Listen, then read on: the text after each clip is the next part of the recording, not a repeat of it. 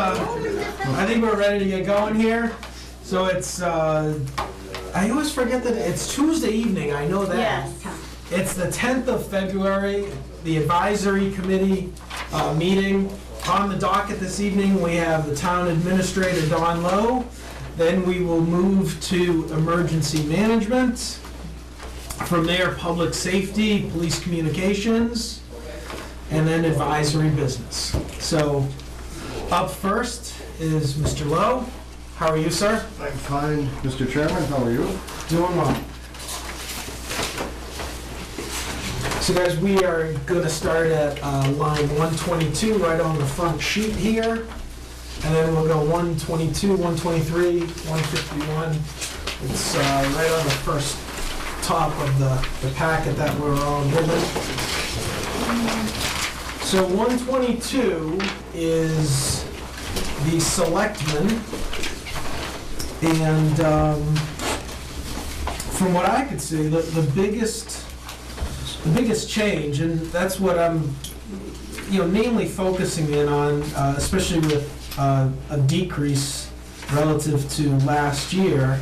The biggest change I see is the engineering services. So I know that was a pause for concern last year. Are you talking about purchase of services, 5,200?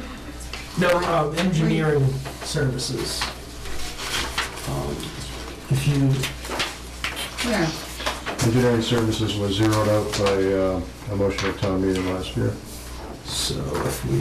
Oh, I thought you meant an increase. Okay, So I'm looking at that right there. this one. Okay, so zeroed out. Another one. And, So in the past, you've used this for things like a boiler analysis, energy audits? I have done the energy audit. I've paid for telephone audit. In fact, I think you'll see if you look back over time where the telephones, as an example, I think we're saving about $5,000 a year over what we had been paying a few years ago. So it comes up, and it's not always predictable. But for example, this year, under purchase of services, when Code Red, I've been worrying about not having any reverse 911 capability. When I reviewed Code Red and we brought them in to look at what they had to offer, it would seem like the perfect solution for us. That cost, what, $3,980, I believe it was, or something in that neighborhood. So the bottom line is, under purchase of services, the $5,000 I have, I've got $829 left in discretionary funds for the remainder of the year. And I can see some uses for that. So it's my proposal that the $5,000 for purchase of services should be put to 10. Engineering services should be done away with. It's not a good descriptor. What I was using the money for really was purchasing various types of services. And I don't think it's at all unreasonable for the chief executive officer of the town to have $10,000 in discretionary funds to be able to react to things as I need to without draining or being an impact on the advisory reserve. mm-hmm. What kind of things do you foresee using it for next year? For next year, as I said, some things are unforeseen. I can tell you that either for the remainder of this fiscal year or next year, depending on timing, I can absolutely see that money needing to be used at at Persons Park, for the issues that we're going to need to deal with over there. Either we're going to go forward with trying to make that location viable, which will require this money, or if there is no viable alternative, we're going to have to look at taking it down. And for things such as an asbestos survey to see if there's asbestos in there, and check for lead paint, that type of thing, whether it's going, we're going to have to do something with it. We can't do nothing. We've been doing nothing for a long time. So that in and of itself is one that I can predict. There are other things that, just as I say, they come up pretty much every year, these opportunities. Thank you. Any other questions? Purchase of services, engineering services. So look at it, taking a look at the actuals over the past year, when adding those two lines together, 12 was light, 13 was 8,500, Mhm. 14 was about 75 or so, a little more. About 83, about 83. Yeah. I mean, I'll remind you that 6 years ago, when I started here, both those line items were funded at 7,500 each. So we've gone, this fiscal year, we've gone from 15,000 to 5,000. Yeah. I'm okay with it. Yeah. I don't see it. Dave? Yeah, in an environment when the schools are asking for 6%, I think a 36.5% increase in the selectmen's budget is egregious, and I think we should stick at least with the historical, which, as you indicated, might be more like $8,000 for those two combined.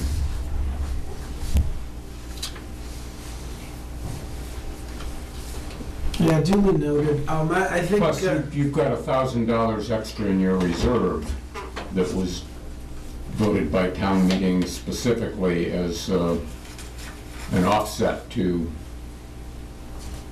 the decline there. So if you're going to keep the extra 1,000 in your reserve, which I think is a better place for it, you should at least knock this down to 9,000. And I disagree with Don. I think these spotty, hard to forecast things ought to come back and ask for reserve transfers rather than year after year after year over budgeting these things and raising taxes that we really don't need. Okay. I think, thank you, Dave. I think, anyone else on the committee? No, I'm fine with going through questions. Yeah, I think it is fair to take a look at budgets and try and bring it down, and when need be, have the department heads come in, but at the same time, I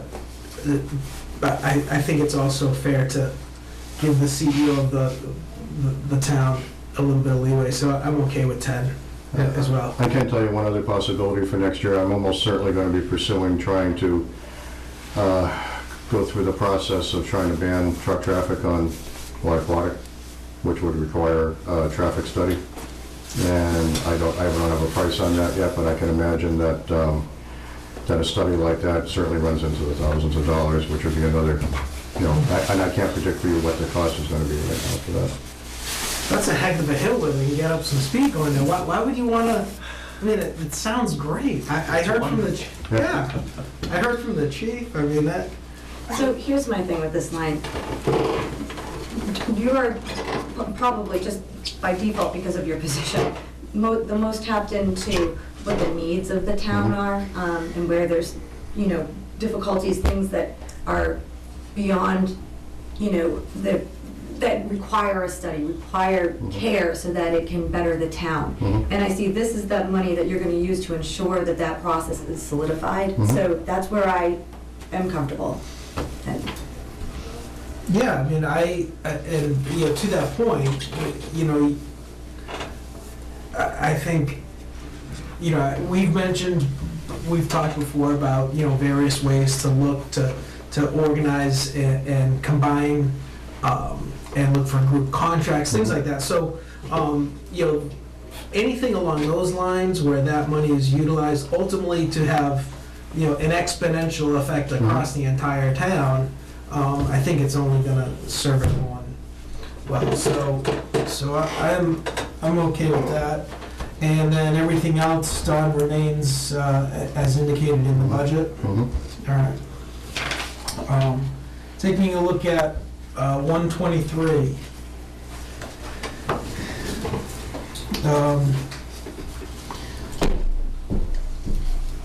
Let's see here.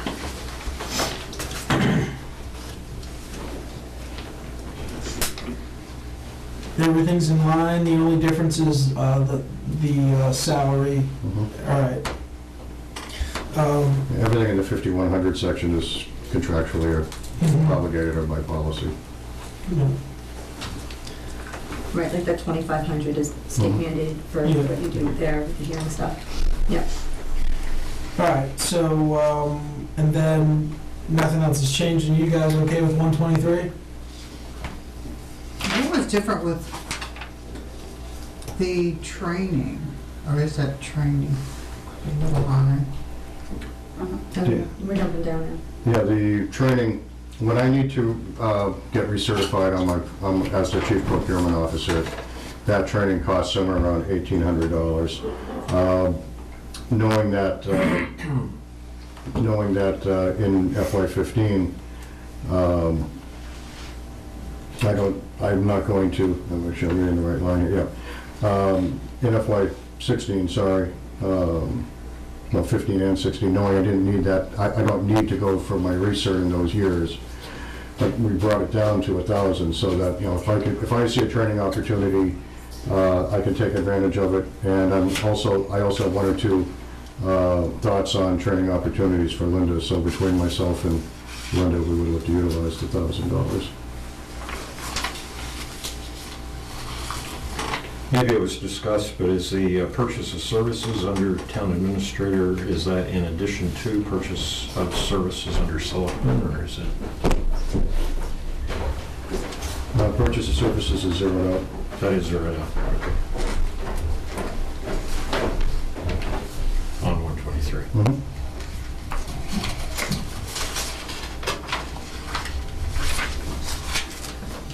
All right.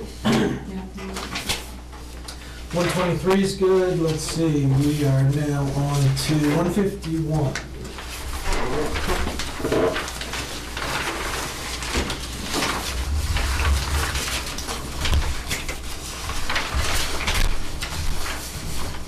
Man, that's a big number.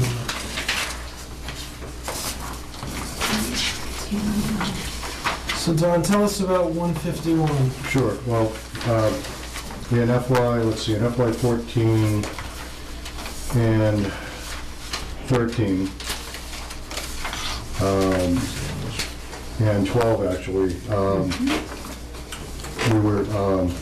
we ran at 35, we budgeted 35 for several reasons, probably none of which I can go into. We went over every year, which, you know, we're all related to, well, predominantly related to labor issues. And as you can see in FY14, we spent 58. So when we got to 15, when we budgeted for 15 last year, we had a discussion about should we keep it at 35 or should we raise it to 45. I actually was fairly aggressive and suggested, knowing what I thought was coming down the pike, that we could run at 35.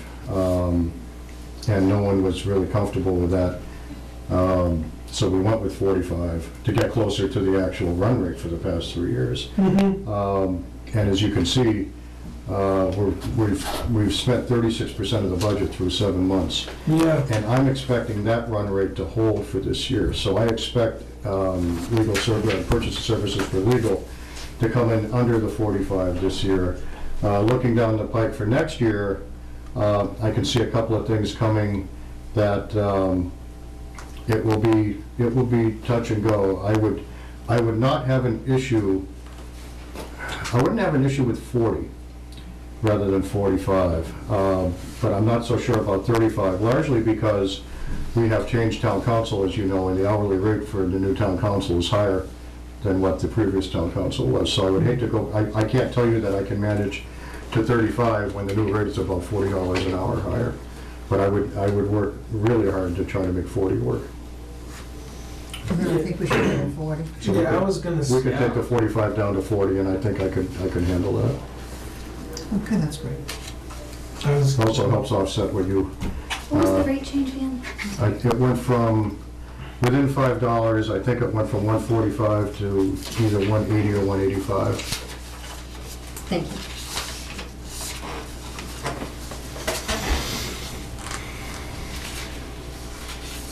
So, All right, so I would be willing to cut that. All right, 40. 191. 192. No, 192. Thank you. I was just checking to see if you were paying attention. It's amazing. I don't know why I do it. Of course you are. It's a riveting conversation. Yeah. All right. So no changes on no increase on 192.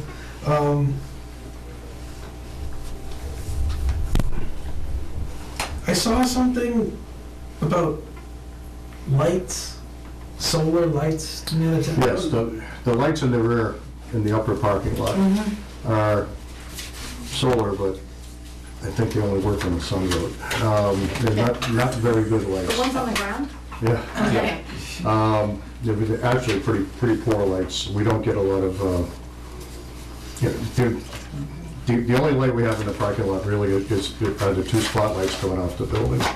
And I'm concerned about that, which is why in Harold's budget, he's proposed to get better quality lights out there. I think this is a heavily used building, and late at night when it's dark out there, I'm not entirely sure that it's as safe as it should be.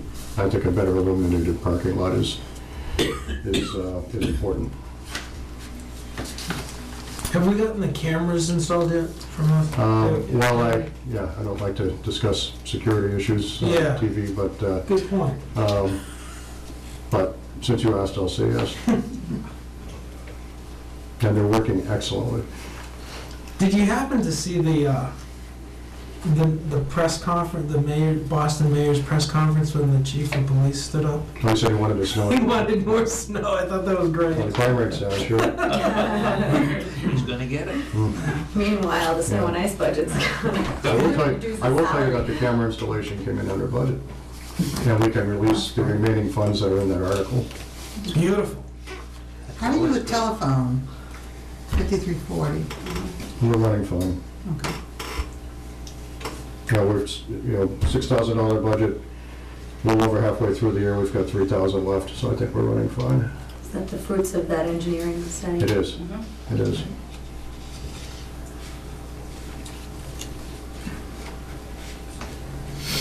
All right. Yeah, everything, looking at all the various run rates on everything, looks like everything is in line on that. So, any questions on Town Hall 192? Dave? First, to comment on the lighting. I think where we really need it is on the driveway immediately to my left, your right. Because when people late at night leave this room and walk back up to the parking lot, the really dangerous dark part is along that driveway. That's a good. Actually, that's a point really well taken, and when we look at that money, we should look to include it something for Yeah, there. something, Yep. and a point you'll probably find less well taken. I wonder You're if just trying to balance yourself out, right? I wonder if we shouldn't think about reducing the heating budget, in that I assume we heat with oil, We do. and with the lower price there, I think applying our oil fraction, or factor, I guess I should say, to that would make sense. What are we running right now? 7,000. No, what it, how's it? the actual, yeah, I can't. Never mind. It's already in line, right at the halfway there. Oh, Budget is 7, you're at 35 as Yeah, of right we're now. pretty much spot on right now. But we haven't had the fuel oil decline, except for maybe 2 months or so. If you're running through January figures, then you've probably got 3 months. But if this has been maybe a rougher than average number. Using our formula based off of FY14, we would come up with 6,306 for the town hall. So that's not that far from the 7,000, but And it's such a volatile, I'd knock it off to 6,500. 6,500. such a volatile commodity, I'm not so sure that anybody in this room can pinpoint it down to that level. Well, I think we have to treat all our oil and fuel users equally, and we've gone to the EIA website and looked at their forecast. and not taking dollars per gallon, which can differ New England and other places, but taking the percentage change from FY14 to FY16 and assume that the gallons that we consume in FY16 are the same as the FY14 gallons, but we apply the Department of Energy percent reduction to that. And I checked we've been operating off of their January forecast. Today, their February forecast came out, and it's within a penny or two of what they had in January. So these numbers are And what, so Still- is it still a good. forward-looking forecast? absolutely. Yeah. And how far does it go out?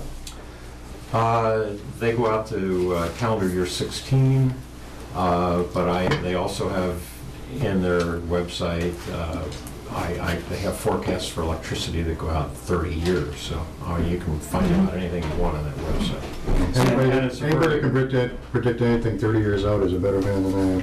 Well, electricity, they know the mix of fuels, and we won't get into that, it's not So really. the February number that you just got today has changed by a penny, and it's that number is got a 1 year advance forecast baked into it. That's my question. Is it baked? Is it, Is it a Is it- solidified number? is it a Or it's forward-looking number? projected, it's just it's a projection based on it's a historical? projection based on Past. things that I don't know what. So it's not like industry said, this is the No, number. it's not what industry says. Okay. It's the U.S. Department of Energy dialing in all the things that they dial into this forecast. Okay. It's a pretty complex model. Yeah. And I've used it before in previous life and not gotten bitten by it, but the world changes. I mean, the only thing about a forecast is, it's an estimate. But if we treat everybody equally, it's good faith forecast. It's not just grabbing a number or taking the last 3 days of energy prices and extrapolating. It's got a lot of, How are No, they? I guess the concern is, since we've started talking about this, we've already started to see gas come up in the past couple weeks, as evidenced by the performance of some of the airline stocks that I own. Which is presently an inverse relationship for anyone who cares. So, my concern is we're looking at going in, and I just want to feel better about that number that we're going to use, Ted. To what degree is that the number that you just found out today, factoring in February's price cost? How far are they projecting out for that? they project calendar year 15, the rest of it. They project calendar year 16. And it's, they probably have a whole floor of people working on this thing, and then at the end of the month, it comes out. Do they have, is there any history on how accurate they have been in the past? I can't cite any history, but I feel very comfortable with the number. I mean, it's much better than just recollecting. I like you and I want to trust you on that, but at the same time, like, there's got to be somewhere. What- There is like- probably a performance Right. index, because I know I worked, it's now called IHS Global Insight, but when I worked there, it was Data Resources, and they were one of the first economic forecasters, and they always published an indication of how they did. I'm glad I didn't put any money on their forecast, I must say, even though they were supposed to be brilliant. But I would... Rating your fortune telling, so to speak. Yeah, I would suspect that there must be somewhere on that site an analysis of their historical performance, which might help us make a judgment. Don, my question to you is, while you're here, if you may be able to provide some guidance. Ted pointed out that, we're looking at this formula, we've applied it or tried to apply, but we've already met with some departments.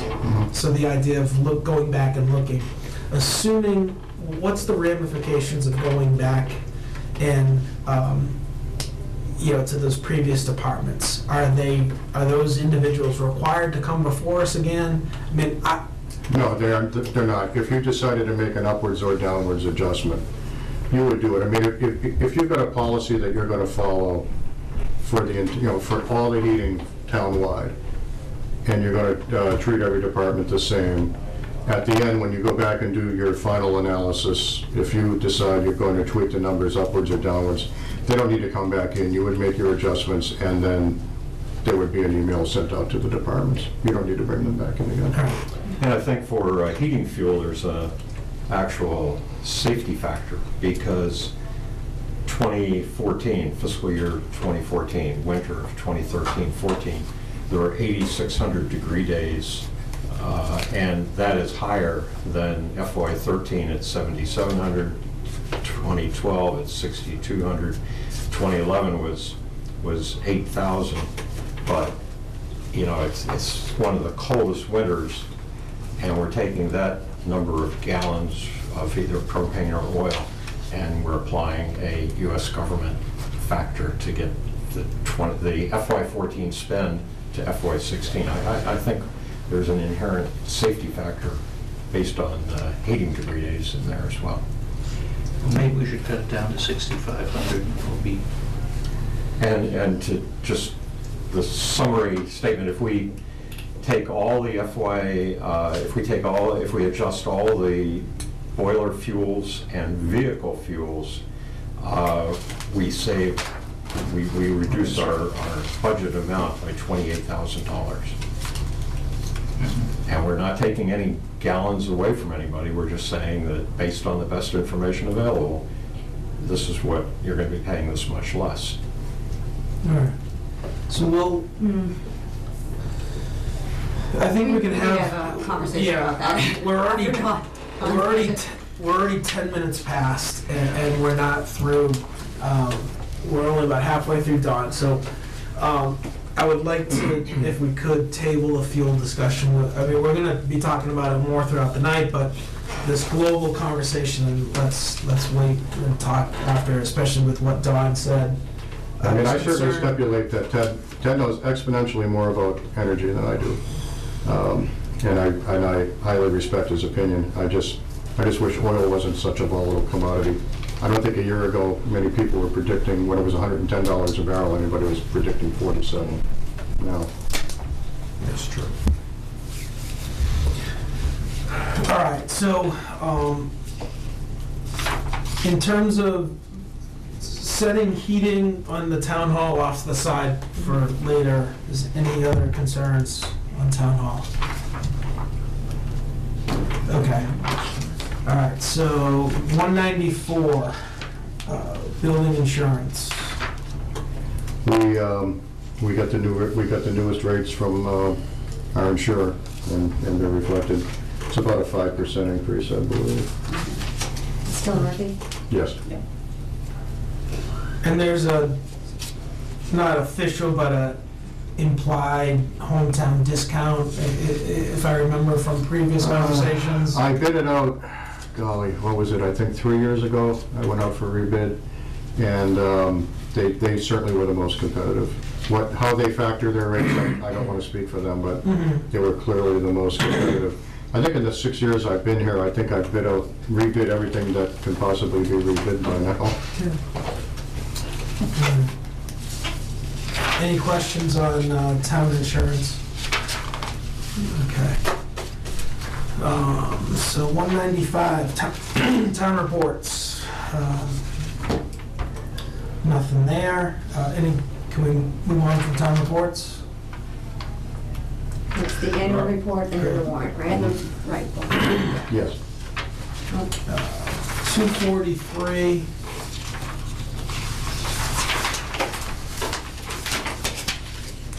Plumbing and gas inspector. Yeah, we've got the rates level. I mean, we haven't put in, as you know, with with anyone we ever put in the COLAs yet. So it's just assuming level year over year right now. Right. And that's the same with the wire inspector. Yes. Then we have 440. The sewer account. Yeah, we've got the run rate and, you know, we're okay with where we are with that. And I would recommend holding the number. Can I ask a quick question about that? Mhm. Is there any regular maintenance on that system? There is. There is, okay. It's So if people performed- are looking, I tend to, it goes off my radar. Regular maintenance is performed by the school district. Okay, gotcha. We're paying 15% of usage. Okay, and they're the And they're 85? paying 85, right. Okay, and the maintenance costs? Yes. Okay. Yeah, that number's right in line in terms of the run. So everyone okay on 440 sewer? Yeah. Okay.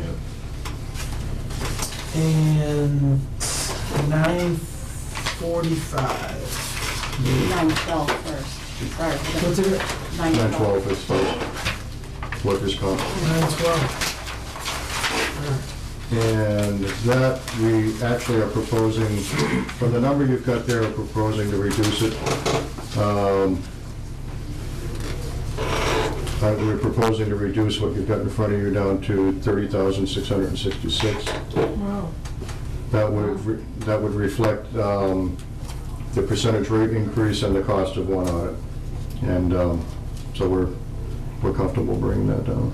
30, what was that number again? I'm sorry. 30,666. No implications with the last three digits. And 67 cents if you want. And then 945. And that's a straight, we've got the rate straight from Murphy. One change, there was a typo on here under police professional liability. Rather than 5,828, it should be 5,928.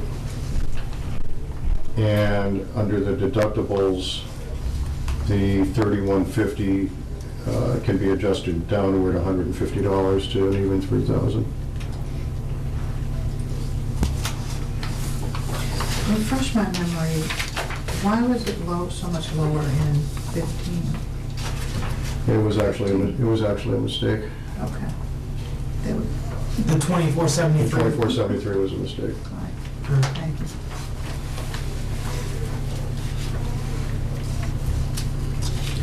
Let's tell the truth when I'm on TV. Dave? I don't think use of deductibles, we had this argument last year, has ever come close to $3,000, has it? What are we running this year? This year, we're taking a hit on the deductible in January of $1,000 because we filed a claim for the damage that we had over at Pond Park. And we just got the check today. We were successful in pursuing that. Okay. So we got a check for $2,265.31. So Yay. we invested $1,000, we got $2,200 back, which I thought was a fair return. So But we're still running below the 3,000. we are running below the 3,000. And we have always run below the 3,000.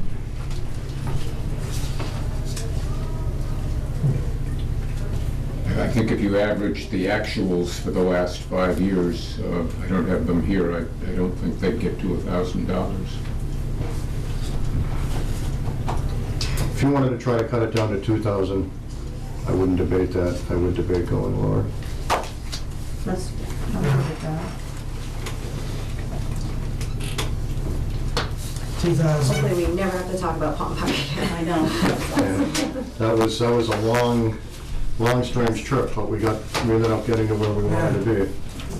Right, well, it was a good return, but that was a hard-earned It was a hard- $2,000. It was. I mean, Mark Case and Linda put a lot of effort into it. Steve Schneider did. I mean, a lot of people were involved with that, and but it all came out well in the end.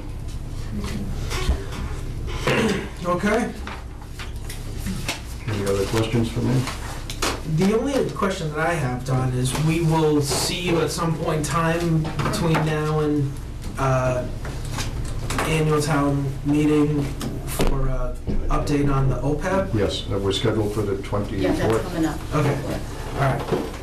We have the OPEB subcommittee has met, Yep, and we have put together a strategy, a proposal for you, which we'll do the big reveal that night. Although if, Can we have it beforehand? oh, sure. Okay, I would love to have it in It'll be advance. publicly announced that night, but yeah, we'll Yeah. get it to you beforehand. Great. Although if the school budget goes the way it's going, I'm not so sure how much discretion we'll have on that, but we still need to have the conversation. Yes. yeah. If you could bring extra copies that night, that would be nice too. Absolutely. That was March or February 24th. February. March would be too late. Other questions? Don, thank you very much. All right, thank you. Have a nice evening. You too. Thank you. Thank Good to see you. See you. So you put that in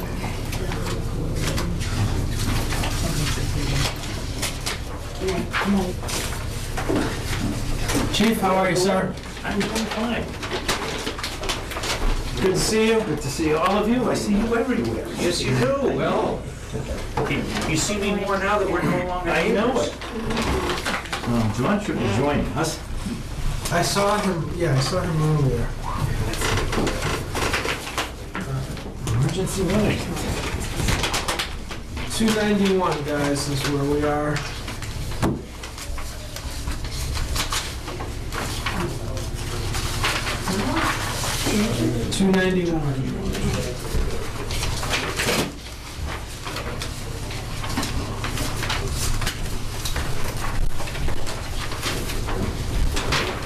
So Chief, how's the crime rate in Bolton with all the snow? Crime rate's doing okay. It's the accident rate. You know, so you lose one, you gain another. Well, none of those were cruises that were in the accident. No. Then who cares? No. It's one of those times I kick him under the table. Go ahead. This is my same concept with the out-of-town people getting ticketed near the high school. That's a little different.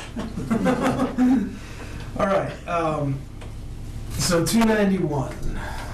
Okay, John, come up. You gonna hang out there? 291 is emergency management. This past year, John Metzer and I were appointed co-emergency management directors for the town. In addition to our normal functions, it dovetails really well. So we inherited this budget. We do have an addition that we need to make to this. I had some conversation with Dawn. As you know, the town recently implemented the Code Red system, the emergency notification system. And Dawn paid for that because it was in mid-year, so it was an emergency thing. Dawn paid for that out of his budget, and we think it's logical to change that yearly figure into the emergency management budget. I think that's where it belongs. Yeah, it would make sense, and it's a figure of $3,900 is what we paid this year, and they're pretty confident that that figure will remain constant. Gotcha. What did that- Contractually, they've committed to not increase it, Okay. ever. So that's a good number. So web services from 2,400 to 3,900. No, the additional 3,900 in addition to, in other words, it would be moved out of Dawn's budget into emergency management, Okay. which would be the logical fit for it. Call it, Emergency notification system, Code Red. And if you remember, we used to have a system provided free by the sheriff's department, but they had a catastrophic failure of their system and it was destroyed, so now we pay for it. yeah, so we're gonna add another line Yeah. to that, and you wanna call it, Emergency Emergency notification system. notification. Yeah, you could call it townwide emergency notification system. And that is operational as we speak. I signed, I did it. Good, good. Yeah. I did. We could have used it in the ice storm back way back when. We could have. Fortunately, we haven't had to use it in Ernst yet, and I'm hoping we keep it that way. And it's a set fee. If you use it, you don't get charged more. You have a hand in the audience.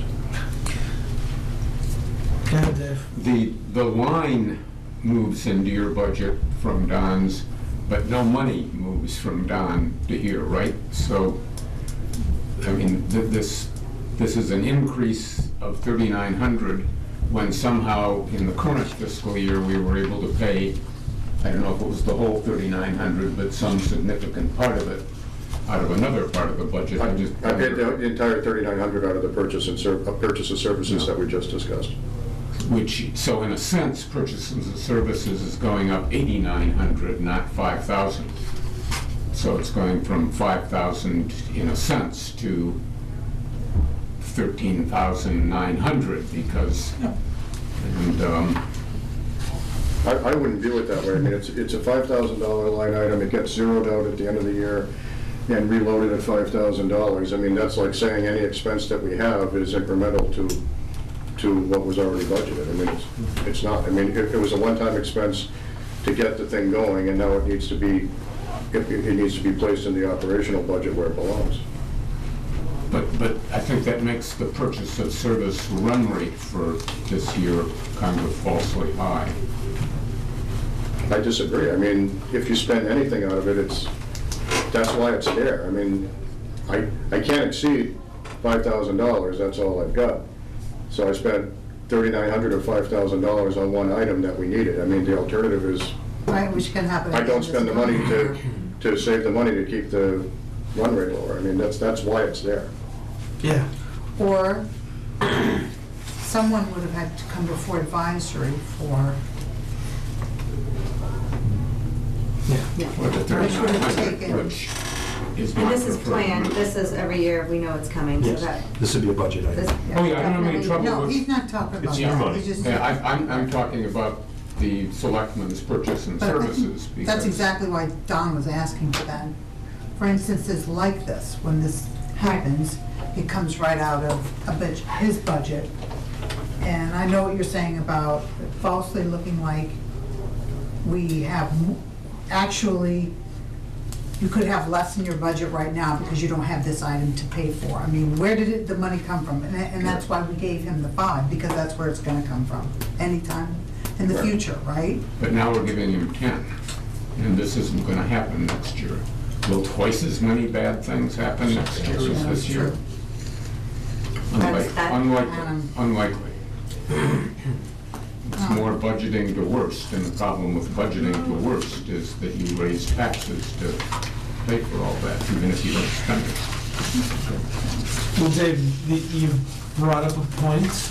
I'm sure that you'll remind us next year where we came in on this. I'll try. Okay. So, emergency management, web services, 2,400, new line, townwide emergency notification at 3,900. Yes. Okay. Any other? Okay. All right. Now, let's see. Chief, that's it for you, right? For now. All right. Stay in the booth there, John. We'll be back in a minute. All right, so now we're on to public safety. We move to line 200.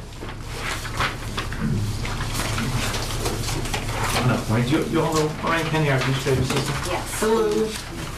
Oh, right.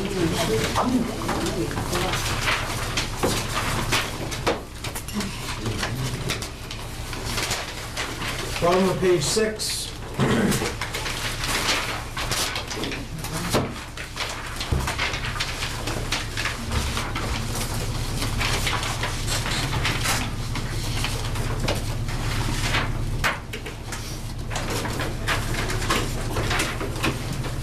Okay.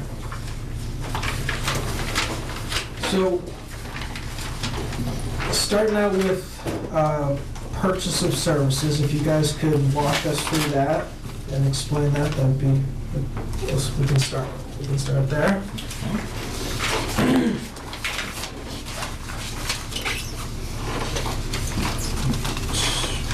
Purchase of services. Okay, these are fixed costs for services that we already have established, contracts, maintenance agreements, et cetera. I can run through the laundry list of them if you like. No, I guess, I believe you why have the don't you- yeah, detail of why don't you it. just walk me through the stuff that is changing? Okay. The antivirus is remaining constant. That's an annual fee for our antivirus. Are we up here in the utilities? No, we're purchase of services, yeah, and chime right in, because you paid these. Moving down, the internet Comcast, we needed to add 6 additional IP addresses to support the next generation 911 and the addition of the library and the town hall cameras, which are functional. So that went from 1760 to 1980, so there was a small increase there.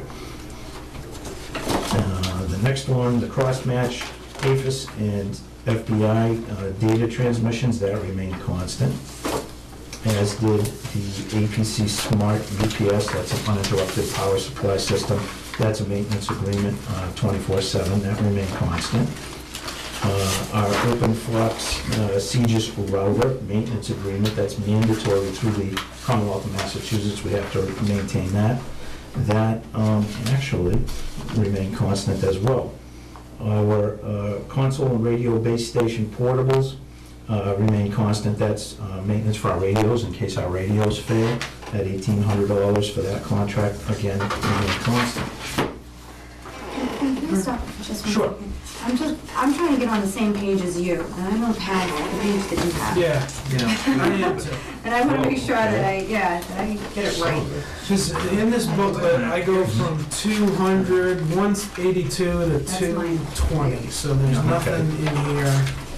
So we're in public safety, Public safety, and we're on 5,200. 5,200 purchase of services, and these are, No, it's not 5,200.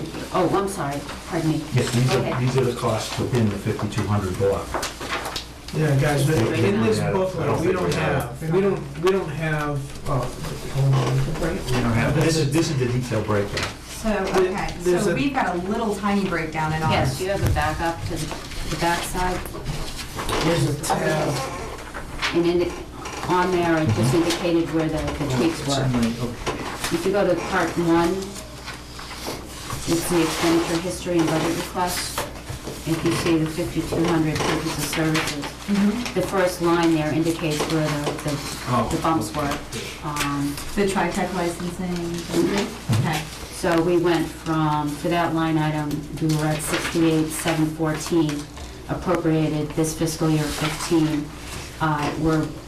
The request is, because of these slight changes, to 73,146. And that's where you will see them on the front page, if you go to 52. So if the 73,146 is listed on your requested. Okay. And the reason is because, yes, we've had some licensing increases as specified here. So the detail, That's actually just our, These are our this is your working notes. detail, and then this is just the chief's notes gotcha. that he needed Okay. for Forgive me, I just presentation. wanted to, I was worried. Sure, about it's that. nothing We wanted to included, it's the explain to you where the same. bumps are. Yeah. As far So as that's what the- that breakdown is. So, and this is where, you'll see, this is going to mirror your Here's note the sheet. front. And so in the course of that conversation, I heard something about the cameras that were just installed.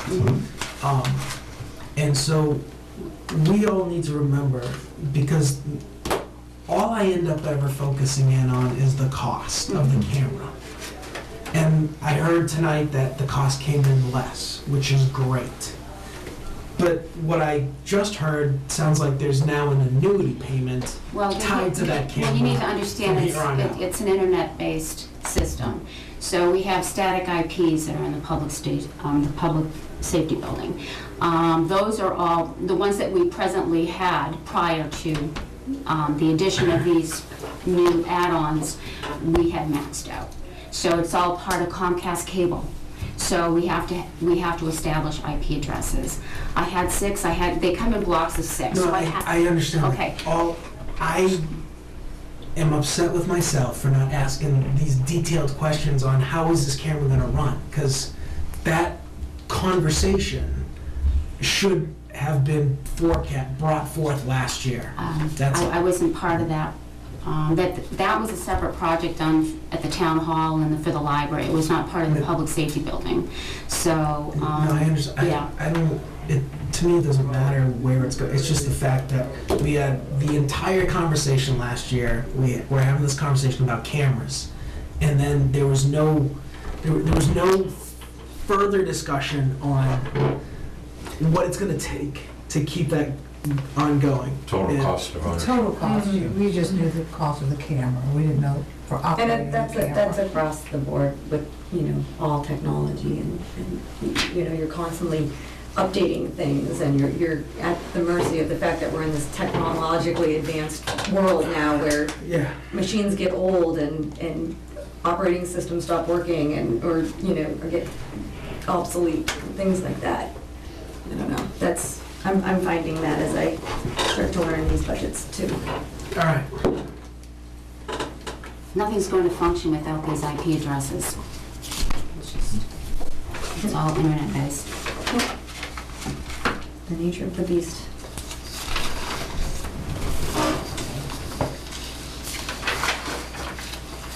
All right. So It's not a big increase.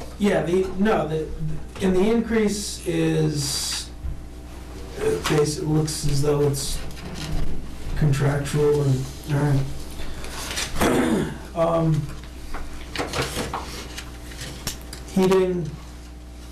Heating, we level funded that at 20,000. Our actual for FY14 was 18.7, so we're Yeah. close on that. Electric, 37.5. Our actual 2014 was 43,817. And I know the town did some negotiating on the electrical, so we're hoping that'll remain a good figure. Okay. Maintenance, 99,600, up from 43,700. That's I where, have 102, 107, 200. Well, we made some changes, just a slight change. We had a meeting last Wednesday with Okay. the town administrator going through, we wanted to prioritize.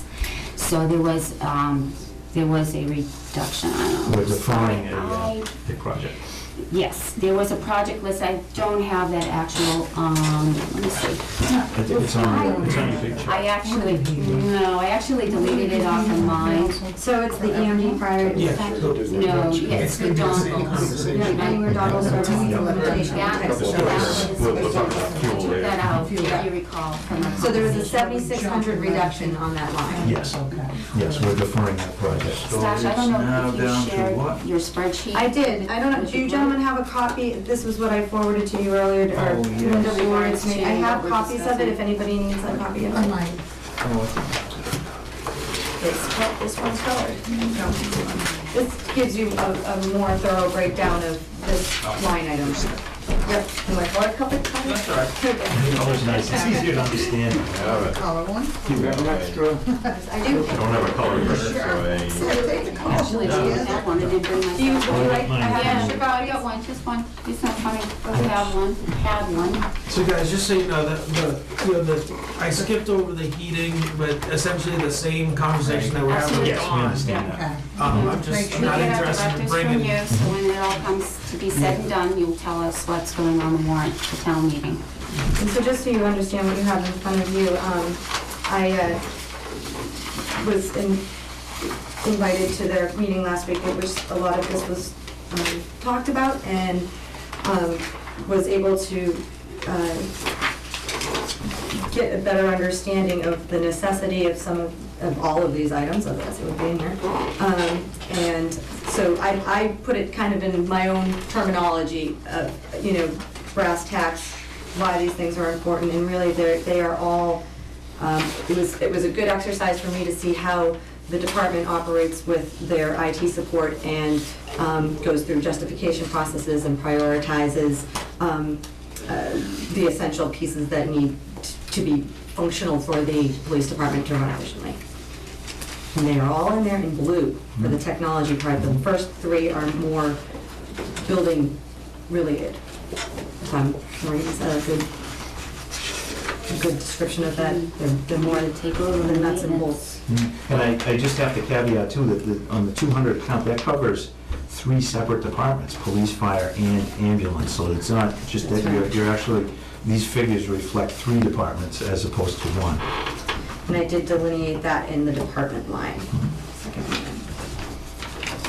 You just have the pleasure of explaining all this. Yes, although jump in, John, anytime. I can see he's real eager, I know.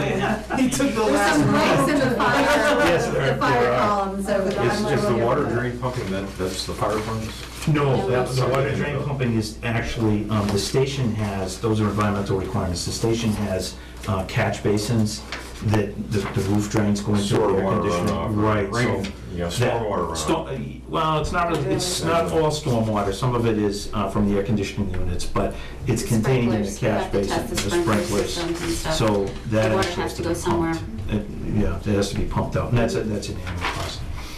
And it all Don't do that depends on. ourselves? No, No, we have we have to equipment. have, well, the thing is, as long as it's not contaminated, we don't have to bring in, I forget what that. Clean harbors. Yes, Clean Yeah. Harbors will come in, that's very expensive. So we have a septic company out of Sterling, pumps the water out. And it depends on how much is in there, and we get billed by how many gallons is removed. So water on the roof goes into this? And then It's from the AC units on the roof goes into that. Right. We have And to the test water these from systems all the time. storm drains within like the fire truck bays or the sally port go into that. and we have to pay to pump out Absolutely. rainwater. We do, because it, for You only fill so environmentally, it much. can't be released into the ground. No, we don't want Carol here. Leave it. However, but that's what, How many man hours $2,500 at $25 an hour, how many man hours to pump water? Well, it's a big truck it's that a comes, company, it's a big. it's almost like if you come in with your septic. It's the Shipping same. the guy, the truck, The truck and the disposal. $300 How many gallons is I remember you telling us at one point, this Oh, one. I can't recall off the top of Yeah. my head. So they come in once a year? Twice a No, year? depends on, it's, There's actually an alarm on the tank, and when the alarm goes off, it's like a high Oh, water mark. reaches Yeah. highway checks it all the time. There's a level that they have to reach. It's a hot summer, you're running the AC What all the happens if time. the alarm goes off, systems shut down, so we have to Yeah. stay on top of It it. has fail-safe systems. Okay.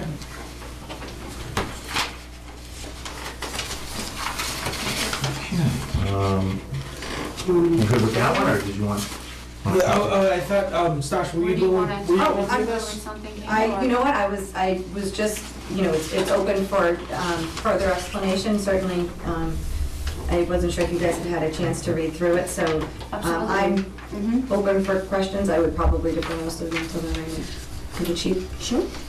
With the backup that Natasha has given us tonight, it is self-explanatory to run the operations over there at the public safety building. This is the technology.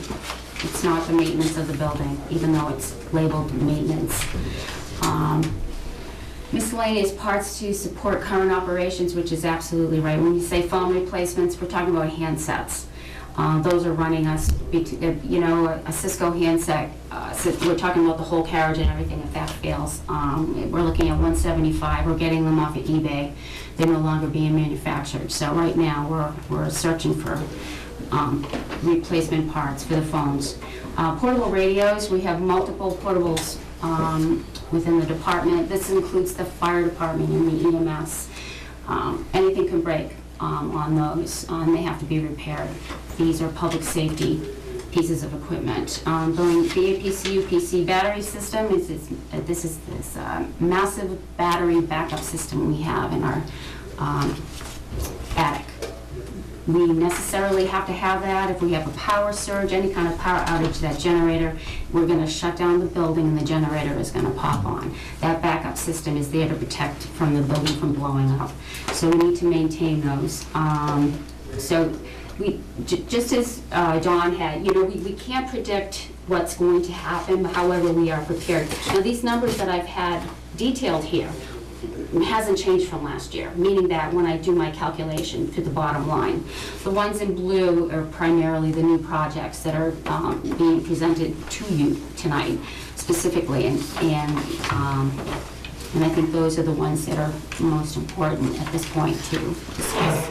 Just 1 minute on the portable radios. Chief, you were in earlier, you were asking, you were explaining to us about your radios. Does that fall into this category that Lorraine was talking about? In terms of the Miscellaneous maintenance parts, for that, yes. $4,700 to miscellaneous parts to support current operations, portable radios. Those radios would fall into that, yes. Okay, all right. Everything is under the same umbrella for even on the purchase of services, the 200 account, our Comptronics, that's the 24/7 retainer we have. That includes fire, EMS, and It's the police. same vendor. Yes, and it's, But your request for radios was specifically for the fire department? Correct. Okay, all right. which is, yes, we're not asking for new portables for the police This is department. maintenance of them. This is not, this is for the current maintenance of the equipment we currently have. Okay. Yeah. All right, so I guess we'll move on to the blue section. Absolutely. Well, we started the, this is to begin with, our first real budget was actually fiscal year 12. Just understanding moving into from the Houghton building over to the public safety building, we took with us approximately, I believe there was 15 used computers. So, and then there was a purchase of equipment thereafter. With that said, inventory, primarily they were all XP systems. We're going back to 2010. A lot of computers were purchased prior to that at the Houghton building. And I do have a report I would like to share with you in regards to that. Here we go. Currently, this is what we have. We did recently, from our meeting last week, we did a breakdown as to all of the desktops that are currently online. I'm going to disseminate this to you. However, everything highlighted in red need to be, they're in this recycling where we need to start making some changes, or we're going to be without desktops department-wide. So I believe you should have that already, and I'm going to hand it out. Dawn, are you able, Thank you. what we're receiving right now, does this fall into the technology spend that Gary is looking at, or is No, it's this? separate from Gary. It's strictly under the microducts. We have our own IT. So on this case in point, when you're seeing the warranty end dates on most of the equipment here, and then you can see the date purchase. You know, we still have some old equipment here, 2005. You can see it in the center. And you look at the, of course, the top half of the servers. Then the second half is the workstations. And this is police, fire, and EMS. It's not just the police department. This same report will caveat into the software support, where presently we have Windows 3, which is no longer going to be supported by Microsoft. That's coming up in April of this year. We need to update. We have to go from Windows 3 to Windows 7. We have 20 desktops. We need to do that too. So that's in software support, which we can, it's not in the maintenance, what we're discussing now. It's in another line item. But this particular report is going to be back up to what we're discussing now and software support.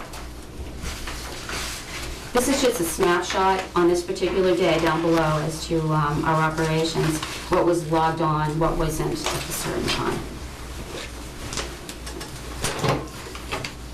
So with that said, we do have, when I say 5 workstation upgrades, that includes we're not just buying a desktop from Best Buy.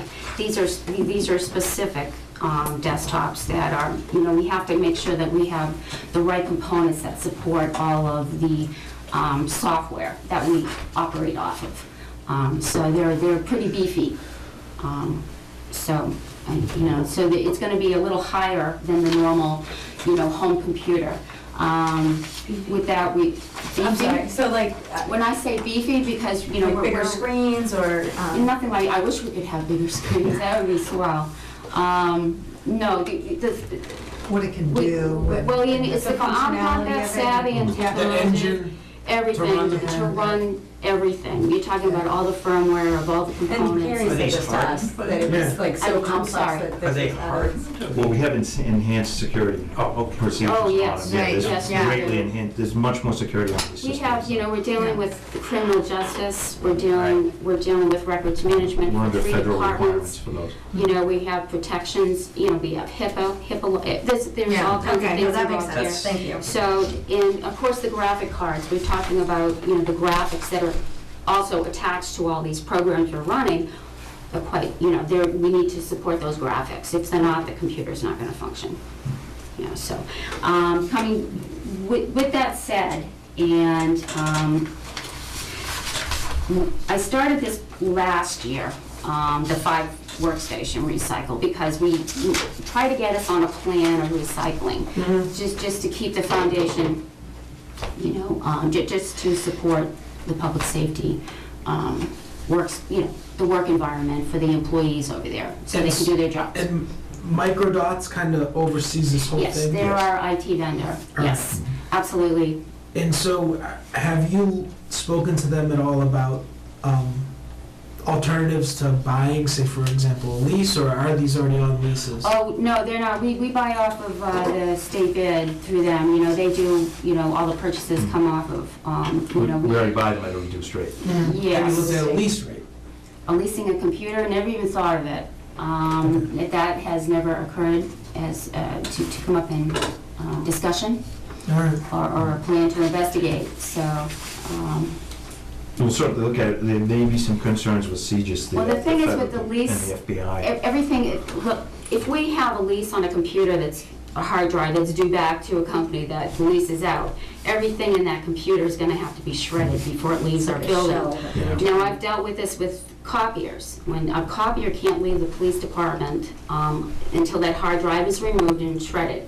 At cost. You know, I have to, meaning the manager here, has to replace the hard drive Yeah, I before mean, they take it away. So it's, It's not a library computer. No. no. It's, I mean, you wouldn't just throw out a new one either. I mean, No, you we make sure. actually, you know, we're gonna, you know, we will maintain these if repairs are needed, and if something can't be repaired, we need to, you know, Yeah, no, I mean, I would ask that you guys entertain it. I mean, it's. what we it's- do, we're it's like- actually pretty good about recycling. If we're gonna take a desktop, that's possibly is not, you know, we're gonna take one of the Windows 3 upgrades to Windows 7, we might move that, well, that's good, that's got a little age on it, a lot of time, I mean, it's time to move that into the armory, because we have a lot of locations within that building, and then also it could be evidence. Those are areas of the department where we don't use them all the time, but they do get used. It's not like myself sitting at my desk, you know, Monday through Friday, you know. Well, yeah, I'm not looking for you to change your procedure and how No. you move things around. But the thing I'm is, we simply- are trying to be, I'm I think simply we're very asking, frugal. I'm simply looking at, ask that you entertain the idea. Well, we really, And I get the security, but there's plenty of major organizations and corporations that also have to adhere to security for data. absolutely, yeah. And no major organization buys computers, it's all leases, so. Another advantage to leasing is then you don't get stuck when Microsoft suddenly announces, we're changing the operating system and you're out of luck. No, I can clearly see that you're repositioning and moving around and taking this to extend life. I'm not asking you to change that process, but at the point in time where you say, this thing's done and we need a new one versus a lease one, that's all. No, we'll certainly Yes, sir. explore that. Absolutely. As I said, we do buy them at a greatly reduced cost for the type of equipment It's the we get. But we'll look at engineering Yeah, this. there's a state contracted lease rate also. Something for us to look at. All right. Okay, we're coming down, excuse me. There's 3 bullets there for the fire department. These are requests from the fire chief. These are things that, the fire chief and I met in November of last year. And he brought forth his proposal and asked that I add it to the budget. I think the fire chief's coming back to discuss his budget. And I don't know any more than what I've given you here. Right, and I hadn't had any conversations, which is why I left them No, blank. just but- leaving these alone, so I think these could be addressed with Chief Menser. And then, however, this is the technology support to his request for his mobile data terminals for his fire trucks. And also, he would like to establish a workstation in the fire bay, a full-service workstation with our records management, security. Out there in the fire bay, we only have a local area network, which is just the internet. We need to pull the full network out into the fire bay, and that requires, additional work on top of just putting in a new workstation. The fire chief would like to have a full functional workstation for the firemen, and of course the EMS could use it also. At a place right now already established in the fire bay for a computer setup. However, there's nothing there at this time. That would also include a side screen for the I Am Responding paging software, notification screen only. It's a screen only, and that just tells the troops coming in, responding to a call, who's coming, also to the call to respond. So that's what the VLAN description here that you see in Stash's explanation here. 5,050. Right. And the fire chief has also asked for a third workstation to be added to the second floor officers room. Presently, they have one workstation in there, a laptop, and they need another workstation because they have a second lieutenant, and right now he doesn't have a place to work. He's working down at the fire window, so he needs, in his office location, he's just asking for the addition of a workstation. And again, we're talking about the VLAN add-on for the 5050, and then the fire 1750, that's the workstation, and then the 8400, that's the MDTs. Those are the mobile data terminals for 2 fire trucks. I don't know anything more beyond that. I don't know what types of devices he's looking at to install, so that's a discussion. Because he needs to purchase those separate. The purchase of the MDTs are not in this number. This is separate. Right, they showed up in your budget, right? Correct. Sorry. Yeah. Okay. Not from a budget item, but from a warrant article item. So you're already purchasing them from a warrant article, is that what I'm hearing? Yes, the plan is that several years ago when we had the turnout gear and the SCBA Oh, right. article, Okay. part of what we explained that money be spent for be the new SCBA provide enhanced firefighter accountability functions, which is very critical on the fire ground. But we would need on-site mobile data terminals that accountability system would run on. So as part of the money requested for the article, we included money in for those mobile data terminals, 2 of them for that accountability system.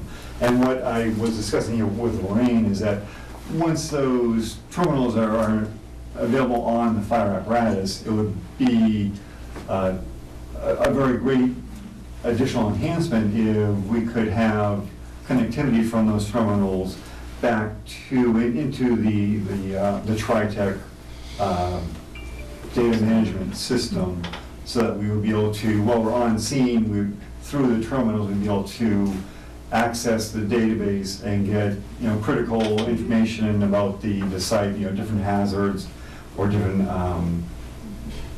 information about the structure that would be useful to us, or be able to go onto the internet and look up chemicals at a hazmat situation from some online databases that are maintained. So it would just be an additional enhancement to these terminals that are funded through the article. And there'll probably be some amount of money in the article to support the Microdot's engineering right now tonight, I don't have the breakdown of the figures to say how much engineering money is included, or could be covered by the article versus how much would have to be covered by these numbers that we're discussing tonight. But I can certainly work on getting those numbers. So the article that was put forth before the town a few years ago, so it includes the terminal, so that was passed, and so you're waiting, you're gonna be buying the terminals to then put into the Correct. vehicles. And then this 8,400 says licensing, engineering, testing. And so licensing means so this will be an ongoing, an annual number, or this is a one-time? Well, if I can interject here. Yeah. When we're dealing with licensing, that's with the records management system. Presently, we would have to purchase 2 additional CAD licenses from TriTech. And they're roughly, I don't have the actual breakdown for the dollar amount. I'm looking at probably $250 each. And then what happens, $250 each for the initial purchases of those drops, those license keys that they're called. And once those are in place, you will see about a certain increase will occur in the services that under TriTech. Their annual maintenance fee, I don't know what that number is until everything comes out in the wash. So that could go up, another $100 or something annual. So that, I'm talking about the 5,200 account, where we have TriTech listed. And so, Chief, presently, when you're on site, you are left to your iPhone to see what hazards might be what you're walking into? Like, how do you figure that out now without the usage of these? Right now, it's all It's a paper crapshoot. records that we maintain in the Paper apparatus. record. Yeah. Well, I also need to interject here, the fire department has a massive library of information on our records management system that they can't even get into. And it's really necessary because within the records there, they have details of buildings, they have egresses, they have access points. If there's a structure fire at the school, they need to know. All that information is available, but they can't see it because they have no technology to afford them that. So this technology will run off of wireless, because Yes, what will occur, like we do with the cruisers, we have data terminals in the cruisers, which connects to the criminal, the registry, all those goodies are right there Okay. for the officer. So it's better than a cell phone, because there's a lot of places in town nothing. No, you're not gonna get the same thing. It's So the point is the police There will officer be- and the firemen will be uninterrupted in terms of service. They're gonna have They should, connectivity. unless there's some type of a breakdown within the building, meaning that the connectivity from the criminal, like Segis, maybe Segis is slow. So the connectivity out to car, might slow down, and they might get an error. They're gonna call dispatch. And they're gonna say, can you please check this for me?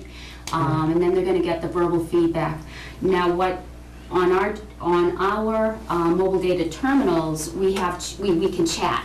So a lot of stuff doesn't verbally go out over the air. There's some critical information that can't be public. So the officer's typing away. The fire department will have that same ability to send that information to dispatch. Your eyes only kind of information. So there's a lot of technology here that the fire department does need to support their functions out there in an emergency. And there's a significant safety factor involved too, because if they have that information before they go into a hazardous environment. It's a great tool, it really is, and I think it benefits the whole community. And as you know, the town is invested in the geo-based mapping, well, that would all go on to this. Well, we have the Google Map Yeah. connections, it's a little different, but it's the same concept. And when you say onboarding, you're talking about the physical putting them on? No, what you have to remember, once we receive a piece of equipment, it has to be just like a workstation. It has to be going to a depot, and all of the nuts and bolts of the functionality of the Go on software board. has to be Okay. onboarded. Got it. And that's what that time to speak. And it also needs, with the foundations that we've built upon in the public safety building now, and we'll get to that point too when we're coming down into, further down this list, that we have now with the new server replacement that we went with this fiscal year, has enabled us to have a redundancy where they can actually take these components and run them and test them, in another environment, make sure, kick out the bugs, make sure they, instead of putting it live, bringing it live in the fire truck without testing it would not be a good idea. So that's where I say, in my methodology here is we have to test before launch. Absolutely. You don't want to have a failure in the field. Well, we want to make sure the equipment works too, make sure we don't have a lemon, so to speak, and that can happen too. So that's that terminology. Okay. And that's for the fire department. So those numbers actually will be could change based upon your discussion with the fire chief as to his other tallies. I don't know. Well, are you here for these three, or are you here? Can I ask that question? Yeah, I don't, Because is he on our agenda for? Are you here to speak to those three line items? I was here to answer any questions that I could that might come up. Okay, so in the interest of letting him go home. Yeah, I think yeah. I had just one question on that first line item of the 5,050, which was pulling the computer into the fire bay and getting that whole little station set up. What are you currently doing there? Absolutely nothing. There's nothing there for them at all. So how do they get their information in? Or do they have to go upstairs and then use somebody else's computer? They have to go inside the station to the fire window to use the desktop. There is a workstation available to them in the new public safety center facility. And is that not working right now? It works fine now. It's just if we had this capability in the apparatus bay, it would just allow some convenience, since, especially on the fire side anyways. I mean, we do have forms that need to be filled out, electronic forms need to be filled out for each fire call that are eventually sent into the state and to the federal government. And right now, after a fire call, we record the information on paper, and then the Lieutenant Farrell, our full-time firefighter EMT, he actually enters those in electronically as he has time available. One thing I would like to be able to do is to be able to have the fire officers or the senior firefighter actually do a lot of that work for him, sitting right there at this terminal in the apparatus bay. Okay. How far is that terminal from the computer or whatever station is inside? Well, you have to actually go into the fire bays that we're talking about, where the fire trucks are. Right. So right in the center there's a stairway to a little room up above. Right down below is where we're talking about placing it. To walk through, yes. So to walk through, you'd have to go through the fire bays to the end and enter into the day room, go out to the lobby area. That's exactly where is- what I want to know. So, it's It's not close by. And then we also have over there, more than over one here, I would have a fireman problem with who it. needs to access the computer. They only have one computer at the fire window. No, I can see the. So Lieutenant Farrell has one in his office. He's not there, 24/7. So the firemen they only have one workstation right now to work off of. So this is definitely a benefit for the fire department. Absolutely. Okay. okay. Thank you. Yeah, I What's my only question? think we have met with the fire chief, so any other questions? Otherwise, I think we can probably let the chief. Thanks for coming out. I would like to go beyond the phone system and just go to this, or we can talk about it. Don Lowe's not here. I was wanting him to be here. All right, we can. We can- I'm fighting with the joint, that's all. Don, the next thing on the agenda here, within the maintenance budget, is the new phone system. And to support this, the phone, CJIS phone, bear with me.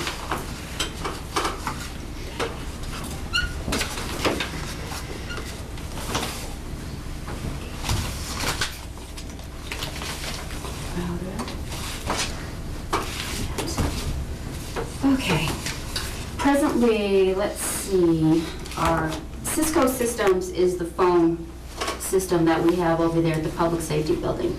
It is currently coming to its end of life, meaning that it's being no longer, there's no more updates for it. Cisco says this is it, end of life, and it's an actual server, the phone system server.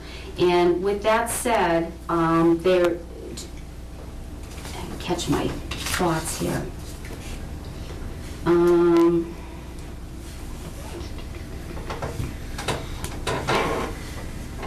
Here we go. The Cisco platform, my little notes here to myself, the server end of life and warranty, July 15. It's no longer supported by Cisco. Now, the company that installed it in the Public Safety Building, Coughlin out of Worcester, they no longer do phone systems. They've dropped us. They've extended me a warranty on the equipment that's currently there to June 30th, and after that, we have nothing. And how old is this? It was installed in 2009. When we moved in 2010, but all this stuff was bought and placed and brought live. So you have to remember there was a period of time when nothing was being used. But that, once you sign the dotted line and plug it in, that's your where it warranty begins. starts. That's where it begins, and this is where it's ending. So this is definitely something that has to be, the phone system is very, it's impressive over there, and there's a lot of technology in there, and that's where the IT company assists us quite a bit with we have to do firmware updates monthly, and we've had problems. We've had the system crash periodically. It's obsolete? Is it becoming obsolete? Meaning that it's meaning that if you want to maintain that Cisco system, you need to go buy their new Cisco product. So, with that said, this is actually, it's kind of like close to a hard number. You know, I wanted to get the feel from advisory moving forward with this, based upon, Dawn would chime in about the need for bringing other town departments on board. So I don't know how you want to add or... Well, we would really like to evaluate expanding the telephone system into the town hall. We get complaints fairly constantly, because when you're on the phone, people get a busy signal. They don't go to any digital voicemail where they can leave you a message so you can call them back once you're off the phone. And we get a significant amount of complaints about that. And Lorraine had said that the estimate, and it is just an estimate, so this could be well off, but the initial estimate was about, every incremental phone was about $500. So if you start counting up the phones in the town hall, it's not a huge amount of money, but it's certainly a respectable amount of money. But we would like to, Microdots has offered to be a liaison for us with a couple of the preferred vendors that they use to help advise us on what costs would be and what it would look like. We still have to bid it. We couldn't just award it, but we could get a pretty good feel for what we're looking at cost-wise. And Gary Perwack and one of the town hall employees will work with Microdots on that to come back with a better price, with an actual price. Now, the dollar amount that we have presented to you tonight is just for the Public Safety Building. It does not include any other functionality. It would make all the sense in the world to piggyback on that rather than trying to go off. We have the ability to carry this town as a phone Yeah, system. the guts of it would be in our building, but this... And I think that was the hope, I think, the building committee at the time. Right. Back when all this was being put together for the new building. Eventually, we would end up in a good place where we could pick up and dial an extension to the town hall versus having to dial a number to the town hall versus vice versa, and all those good things. Who would maintain it? Would it be Microdots then? Well, it would be the phone, that would be under Discovery, so I'm assuming it would be Public Safety Building, because we house the audit, the Well, voice. the answer to your question is Microdots would not maintain it. Whoever the vendor is that we Yes. buy it from would Right, maintain it. right. But if we had a down situation, Microdots has some expertise in the area where we could route a question to them. They could frequently give an answer without having to take extra time to go to the vendor. If they don't know, if they couldn't solve a situation, they would forward on the question to the appropriate. So this wouldn't be a Gary? No, not at all. No. The thing is like with Microdots, the phone system goes through our network. The Cisco routers are all intertwined. Visualize. So they help us right now with, they know if there's a problem in the phone system, it's gonna ping somewhere, they're gonna see it on there, and that's notification to us, we need to come in and do an update. All those good things happen, just to keep us, up and running. So the thing to look at too is, if you're agreeable to, is to include the whole town in this discovery, would be, oh, I lost my thought. Will this replace our existing phone system? Well, Yes. it So the would look at. DPW and people who are not in town hall would also be I impacted? know. We will, yes, we will do the DPW. I don't know that we would not need to, I don't believe we would need to include Sheila. I think the library is good with what they've got, but I would double check that as well. And so with this 15 in this present environment, but the idea to use this as a catalyst for the town hall and And the it town. could be something like, right now it's just for the public safety building. Yeah, And we have a T1 system in there for voice, so we can add to it. It can take on more. The server that would reside in our computer room could deal with the other departments. Once it's replaced, right now it's at end of life. Yeah, not this one, but the new one. So when, looking at the big picture, we would have to have more discovery. But right now, for conversation with you as a group as to how we want to move forward. Do we just invest in the public safety building at this Right. point? This is something, once that's done, we're having difficulties with replacing handsets.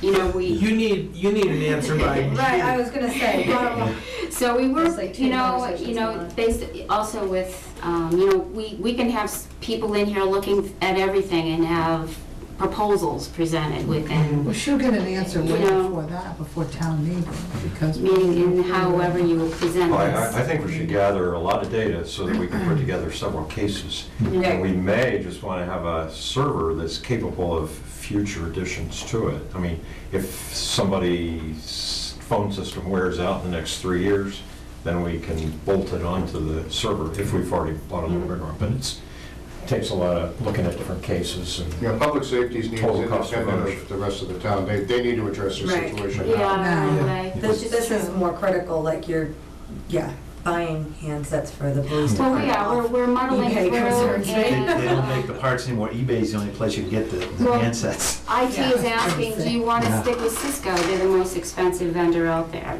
They're suggesting Samsung, and they suggested another. So moving forward, as an opportunity, moving forward, does the town, as a whole, with all its departments, wants to make a financial decision based upon everyone versus just one department at this time? I would love for you to say, yes, let's go with this, and then, myself can forget about this in my budget, and that will be taken care of on July 1. However, there's a bigger picture here. I can't be, It's an opportunity. Is it, Yeah. Don, can I, question for you? If we were to move forward with, like, they need their phones now, as you're bidding it out, can you bid it in a staggered way? I don't know the bidding process really, but, Well, what they're going to do is, I believe, would come off of a state bid list for what they're trying to do now. So we'd be it'll be looking at, separate anyway. we'd be looking at the incremental cost. And I can bid that out. Well, if it doesn't come off the state bid list, I can bid it at any time. Okay. So this doesn't need to be done in conjunction.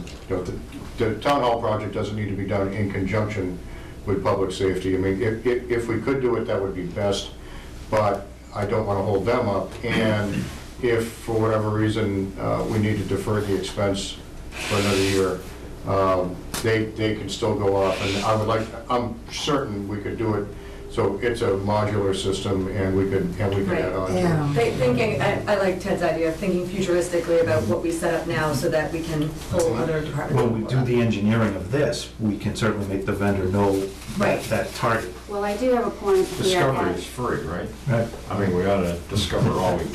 That's right. Yeah. When they need to have that idea in their head that there may be more here for them if they do a good job. Buying the next increment doesn't cost you more if you do it later, then that Oh, that's true. weighs in too. I Yeah. wasn't aware of that. That's right, and the vendor should understand, and I'm sure will understand, that we need capacity or whatever for Right. future expansion, whether it's in a couple of months or a couple of Yeah. years. We need to be able to have the capacity. It's good to have the big picture architecture and then build it out. With your understanding of that, and this $15,000 amount, this is based upon Cisco numbers. Now, we don't have to stick with Cisco. We can go with another vendor who is less.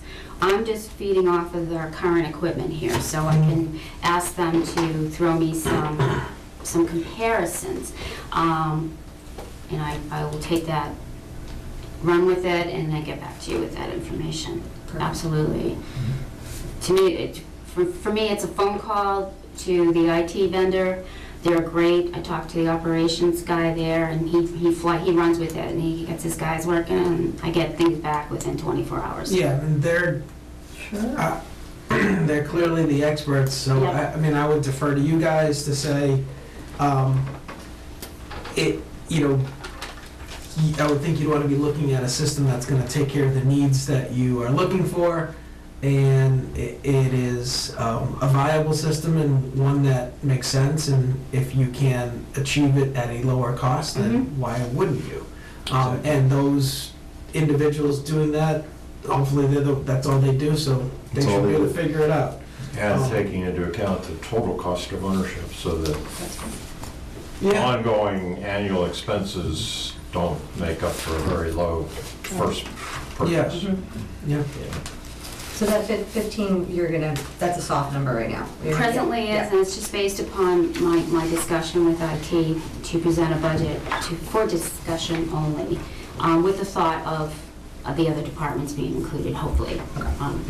So that's where that went. Thank you. We go down to the next item. This is CGIS INET. This is a router upgrade. CGIS is our criminal justice connectivity. We received notification September 2014 that INET is what they call, it's all internet-based. They've already gone through some major projects already. We already have internet-based functions within that go into our dispatch console for CGIS criminal justice information transmissions. This is a separate item that they had pulled out during a transition time, and they brought everything live into the dispatch center. They call it Open Fox on 2 separate IPs. This is something separate that's going to have to be brought into the building. A new CGIS router. It has to be cabled into our dispatch area, and it's going to be a standalone workstation, primarily for CGIS access. Very And high security. and it's a requirement. This one says, they've been working, what has happened is Verizon is no longer supporting the CGIS platforms. So there's a lot of stuff going on in the government part of that. I have no idea what it means, except we get notices that things are happening, and we need to prepare. So, with So that. I think, I think the justification on the far right, to me, guys, it mandated by the state, so, An unfunded mandate. Yes, yes. So, That's coming in common. yeah, so, thank you for the Yep, explanation. Just in the absolutely. interest of not having you guys here until midnight. No, just trying to be open. No, thank you. I think we can continue, Okay. so thank you to the state. Now, this one, we're coming on to, we have a micro V server. This is our IMC Tritech. This is our switch. Through discovery with all this, I will hand out another handout. And this is primarily, I will show you a description. We have 3, we have hard servers and we have virtual type servers. We have a lot of built-in redundancies now since we brought on IT professionals where we have emergency backups in place and so forth. The new server, which is on the first page, this is the new install. These are all the functions that this one server right now is controlling within the building. And of course, the green highlights, and you can look at this even after, shows that this is the common, what do we call, best practice to maintain a secure, keep our security and our systems functioning properly. The second page is details here. We're at end of life here. All maintenance has, we have no backup support. That's on page 2, and then the third one is what we're gonna be looking at probably in fiscal year 17. So I think this is an actual guide as to, without these, we can't function with all the functionalities of it at the public safety building. So with that said, I know you have a huge. Yeah, I like that but little. You can have a smaller one. This has my notes on it, but I like the smaller one. This one I crunched down as best I could. Thank you. And Chief, you have I have one one. right there. So with all that said, page 3, you know, oh, I'm sorry. He's right behind me. There you go. This IMC server actually came from the Houghton building.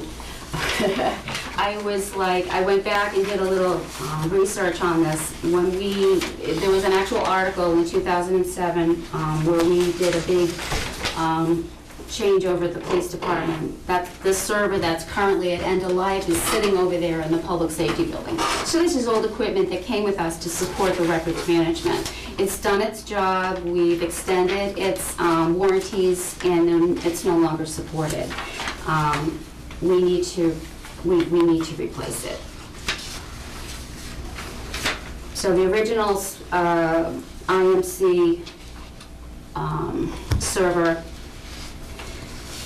did come from the Houghton building. We did a big update at the time when we were at the Houghton building, prior to even knowing that we were going to even have a new building to move into in 2010. And that supported, that server brought on board the fire and the EMS into the records management system at the time. Brought in new scheduling software. There was all kinds of goodies added to it at that time. Anyway, we utilized that component because it was still a viable piece of equipment, and it was moved over to the public safety building. And right now, we need to address it before we have some problems. Can you quantify some of the problems that would, like if you don't have this, what would happen? Well, if you look at if you look at page 2, you see the operating system coming off of the Micro V3. On the big, not the first page is one, okay, those are all the components. Each page server is a server, and those are the components that are running off of the server. So page 2 is what we're discussing tonight. I wanted to give you a picture of what the network looks like over there, and that's why I broke this down into 3 pages. Page 1, we're perfect where we should be. Page 2, we're ready to go south quickly. And then page 3, of course, is what we'll address moving forward. So if we lose our, we're going to lose, when we lose our IMCs, that's our whole records management. If you look at the applications, we're going over 1, 2, 3, 4, 5, the 6 column over. You have here all of these processes that we use will not function without it. It's also, isn't it also your criminal justice? It's everything. Well, That's our records management, which is police, fire, and EMS. That's all our data. Yeah. This is everything. This is the nuts and bolts of us right there. This is very important. Right now, we do have switch failures constantly on the IMC. There's been many data programs written from our IT company, put in place so the dispatcher, if we lose connectivity, the dispatcher knows I'm going to reset the switch, and there's a process that they go through in dispatch. If they still have no connectivity, then they pick up the phone. We need Microdots jumps on and gets in and sees what's going on. We need to recover this. So we do. We've been getting a lot of hits on this for pretty much more so. It seems to be it's more repeating. It's something that we really can't wait. You have to remember that when 2003 is no longer going to be supported or patched by Microsoft. So we have to. You have to move to Windows. We do have to, absolutely. So I'm just looking ahead, not to, but I noticed the next one on the next page. Yep, and that's where. Another mandate, Yes, and runs off the Windows 7. absolutely, and that's another So discussion. therefore, Yeah. with this being a mandate, Mhm. and being on Windows 7 and all these other things needing to be, it suddenly makes all this other stuff a mandate as well. It's an absolute necessity, you know, but for me to add it to the budget today, I needed to bring all this detail to your attention. I thought that possibly advisory didn't fully understand what actually was over at the public safety building for technologies. It's quite substantial. This is a tremendous help, thank you. I vaguely remember parts of this from last year, like Yes. you were saying that They were talking switches about were. the server. We did a server update, and I did bring that Yeah. actual, that this is the project, and this is the breakdown as to what that server And there's did. problems with a vendor, and that's, you went to Microdots. Oh, that was prior, we had nothing before. Yeah. And we brought them on board All with a lot of changes. So, And they've been guys, working well. Oh, yes, yes, so- they were very good. All right, so there's a lot of explanation here. It's a lot of it's a lot of numbers, but I mean, a couple of these big numbers are, you know, mandates that there's no getting around it. I mean, And- $25,000. But it's not just that. It's a mandate that says it runs off of this Windows 7, and therefore it requires all this other stuff to get Windows 7. So it's really a mandate There's across. two beasts in one. It's your unfunded mandates from the state, and then it's also the technology upgrades interwoven in that to say, It's gonna I'm on this continue. system, you're on that system, and Stuff is you gonna don't. break, it's gonna, you know, it's gonna reach an end of life with everything that we have, and we have to stay on top of it. And a lot of this is part of the federal Homeland Security upgrades. After all the terrorist attacks, they've been incrementally introducing more security systems. All right. So we are at, just to refresh everyone's memory, we are at 200 line item in the budget, public safety building, and we are on the maintenance line item. And this breakdown demonstrates that increase on what they're looking for. That That is absolutely Alright. correct, yes. so what I heard from you is the 15,000 is, you're gonna take a look and see some alternatives. You need that by June. We would need June or something July. or You decision need made something. to make sure that we maintain what we have. Yeah, and the game plan is that, you're gonna be able to move forward.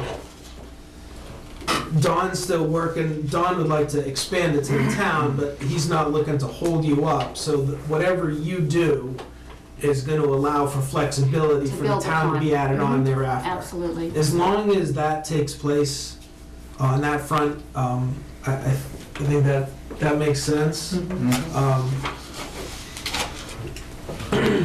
What, going through that explanation, so we can look to continue on, because just so you guys know, we're on 200, we're gonna be going through 210 and 299 also with the chief.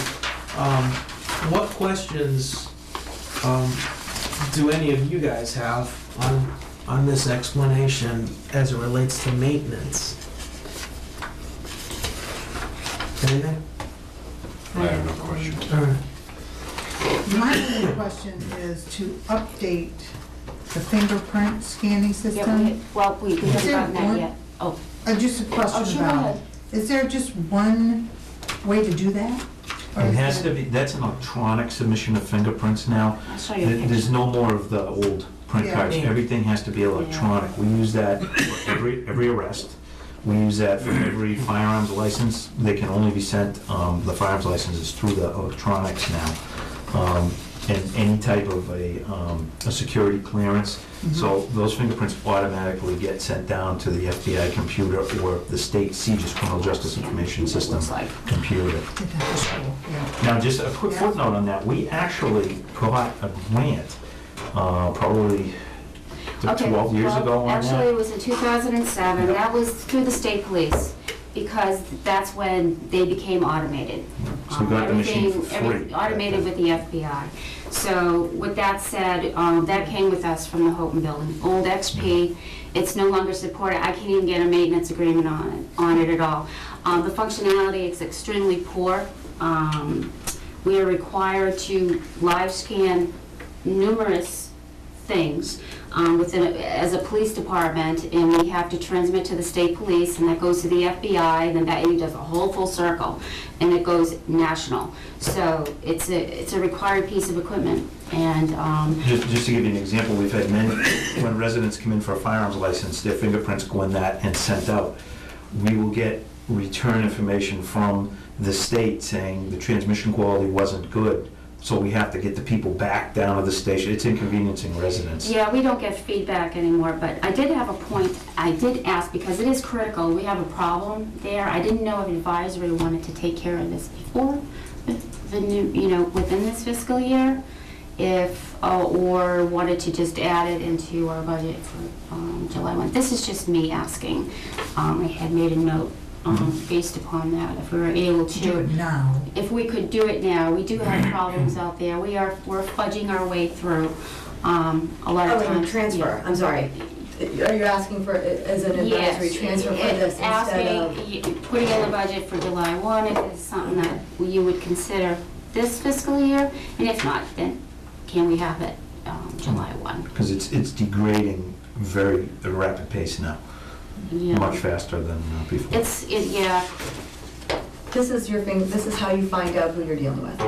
with everybody. Right. Yep. Now, if somebody we arrest somebody, they give us a false name, we put them on that machine.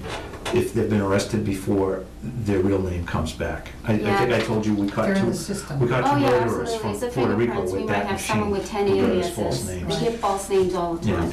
So, I mean, the system's Everyone really proven knows it's itself. amazing. They don't think they're gonna get caught. Oh, thank I you. watch too much CNN. I know, that's true. I mean, But it's all the latest technology, but it's what the state and the feds are requiring now. it is, it's actually being mandated, the federal side is mandated. The state police started a project in 2013. They are finally up and running full throttle with their everything. So everything now that we're sending to the state police is pretty much being, like, get on board. You have to. We're not alone. A lot of departments are being faced with this technology purchase at this time.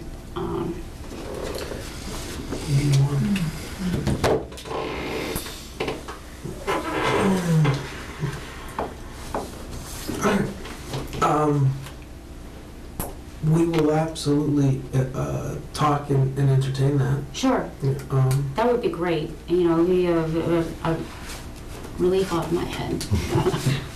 Would it translate into getting an answer on firearms ID quicker? Oh, immediate, yeah.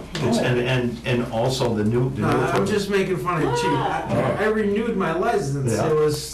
It was Well, extended time. Well, when did you do it? Because the state police was down. Yeah. It was- The They were state down was for down. months. They blew up their computer Oh, system. all right. Yes, they crashed, Let's blame so this- they were all right. down for, I mean, Then we're gonna blame the state. Is that's what I was Secure doing. Community still active?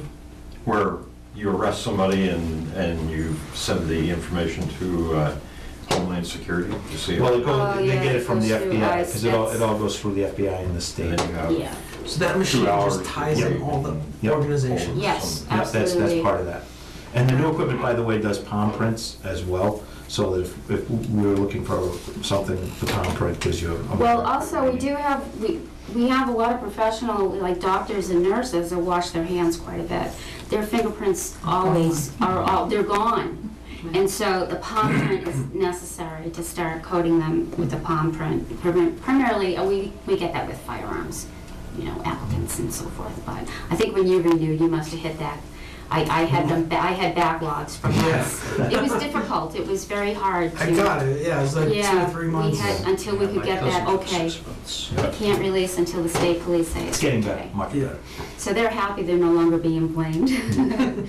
Yeah, I'm more focused on also the people you're bringing in off the street to Oh, yeah, have, no, you I know. was, Sorry, not to trump you, but No. that's concerning that you wouldn't be able to. It could be, trying to let that you person know. it could even be a citizen in town. Brad, coming in for where did we something. leave this purchasing out of tax revenue that's already been collected? In other words, buying it this year? Where did we leave that? Is that, I'm sorry? we talked about We're gonna the entertain it. fingerprint We're gonna device. discuss it. We're gonna discuss it, okay. Yeah. They would come in with a transfer Come in and transfer. request. Right. And that would be an agenda item for a Okay. meeting. Thank you. Yeah. All right, makes sense. So with that said, if that was possible, then again, that would reduce our maintenance, obviously. That Okay. would be pulled out of that budget Yeah. there, so. You're gonna have to obviously weigh that against our snow and ice deficit, which is Yeah, that's why I Well, said, that's right, we have to look at it. Yeah. Authorized last week is on Paul. we haven't even discussed it internally. I'm hearing this for the first time tonight myself. Yeah, I came up with this thought tonight. Yeah, I know. So- I just wanted to ask, no? Well, we have to weigh it against Mm-hmm. a lot of other things, but it's good to have it out there. Dave, I understand that all this is extremely desirable and it's, perhaps absolutely necessary, but I don't buy that the state mandate thing ends all discussion. There may be a way to achieve a state mandate more cheaply, and there are state mandates, and we learned on the vault thing that you don't, there may be a state mandate, but no town goes along with it. Well, I can add to that. We will be shortly undergoing what's called a CJIS audit, Criminal Justice Information System audit, where they actually have specialists come in and go through everything that we're talking about. If we cannot pass the federal requirements, they will decertify us as a police department. I'm just saying that this is a 150% increase in this budget, which is really extreme. And if we get to the end of the budget process and we're looking at a really big tax increase, and so far what's transpired in these meetings, and add to it the schools where they stand now, that could change too. We are looking at a really big tax increase. I think this is a place to come back and really press hard for finding cheaper ways to do this stuff. well, Dave, thank you, yeah, I mean, I think the vault, yeah, I mean, this is something that they're looking at preserving records that are 200 years old, and this is stuff that they're looking to take murderers off the street, so in this particular case, I would say a mandate on this front is probably a little more weighty, and I've heard from Lorraine that she's going to entertain, she's already said one of the bigger numbers is an estimate from the current provider she's going to take a look and see, and I also heard from the chief and Lorraine that they would entertain the idea of looking at leases. I brought this up to Gary, and I had a conversation with him a few weeks back. I received an email late this evening from Gary, and he's entertaining, he's been researching that, so, you know, Gary Perwack can also point you guys in that direction, but it's something that, you know, most major organizations don't bother buying computers, they lease, so I think these guys are open to the idea of looking at reducing these numbers where possible, and so, yeah. Can we go back to the fingerprinting for a second? Sure. So when you say to update this equipment, is it every department that gets this state mandate? It's gonna be the live scan, cross-match fingerprint Yep. scanning system? Yeah, well, there's two $25,000. vendors that do it, so we'll naturally try to get the best price. It's between like, vendors. the device is called live Yeah. scan, yeah. Yeah, it's not an offer. Cross match is what I have a quote Not a lot of from. options. I only use cross matches because that's the current technology we have. I mean, you working for the school system, you understand it, yeah, unfunded I had to no, do I'm it. talking- Yeah, well, you understand unfunded mandates. Oh, I do? I do?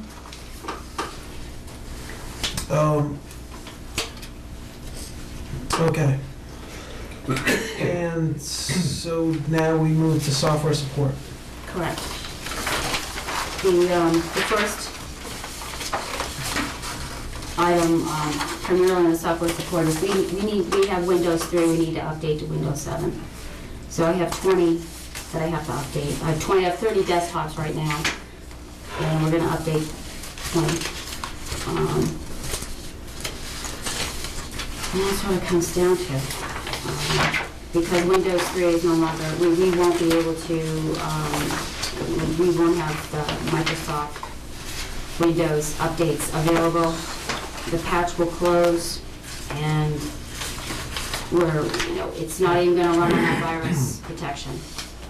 I thought Windows 7 was already going past, so We have desktops with Windows 3 which are able to expand to Windows 7, and with that, we have to purchase those licenses from Microsoft, and that's what that comes down to.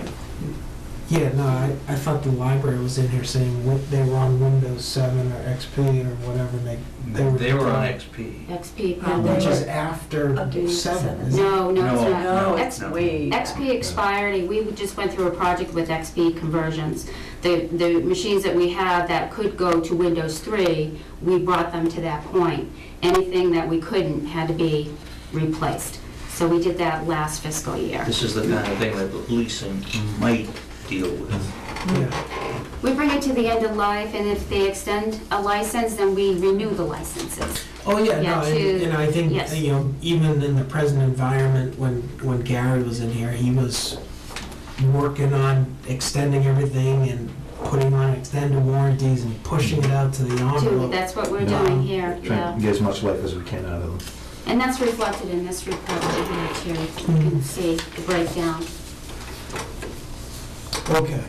And the next three items within here, it has to do with the ambulance billing software. Those are the fees. It's already up and running. That's for the ambulance. Those are the fees involved. I think I detailed that. Yes, I did in the software support. On the third page right there. Yeah. Good. Down to software support. The server licensing, they're building, this is how it's done through AmbuPro. And then it's billed monthly on all of those items detailed.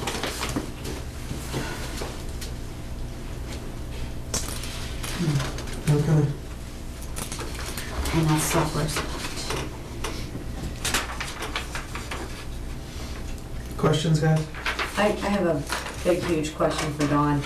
In your budget, where you're looking at, in your purchase of services, would it behoove us as a town at some point to look at all of our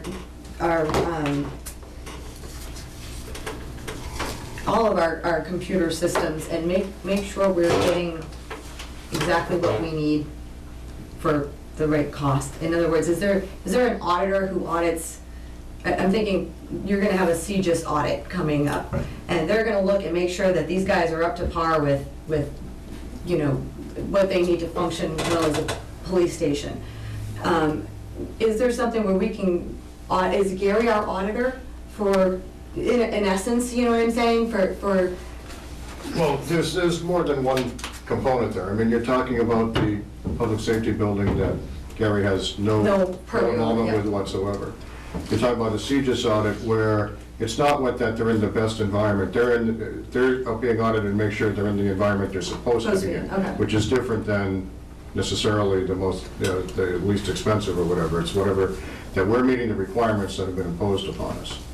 Now, as far as town hall goes, yes, Gary is, and the library, Gary is the person who's hired to make Make those sure that's- decisions and have that knowledge base. Okay. Now, the point being made earlier by Brad that we should be looking at leasing computers rather than buying them is a reasonable question that we should be answering, and we should be evaluating that. But as far as the existing model of, as going out and procuring equipment, yes, that's what Gary does. Okay. And also DPW, I'm thinking, right, like their systems, They system. don't have a lot. And forgive me for, I know, I don't want to digress too much, I know we're at 9 o'clock, but it's just that kind of that bigger picture question. I'm glad you guys are going to get audited in the sense that it's, if there's any holes, we're going to find out where they are.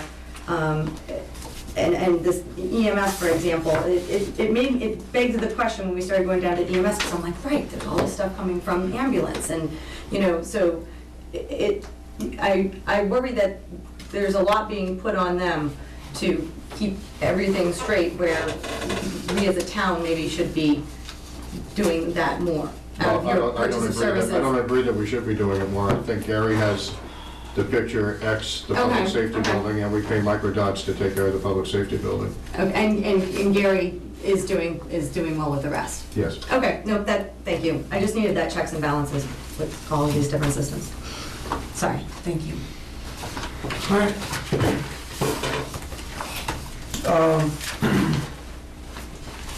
The next line is trash disposal. For the two new gentlemen, I have brought this up and had extensive, healthy debates on this, trying to understand the concept.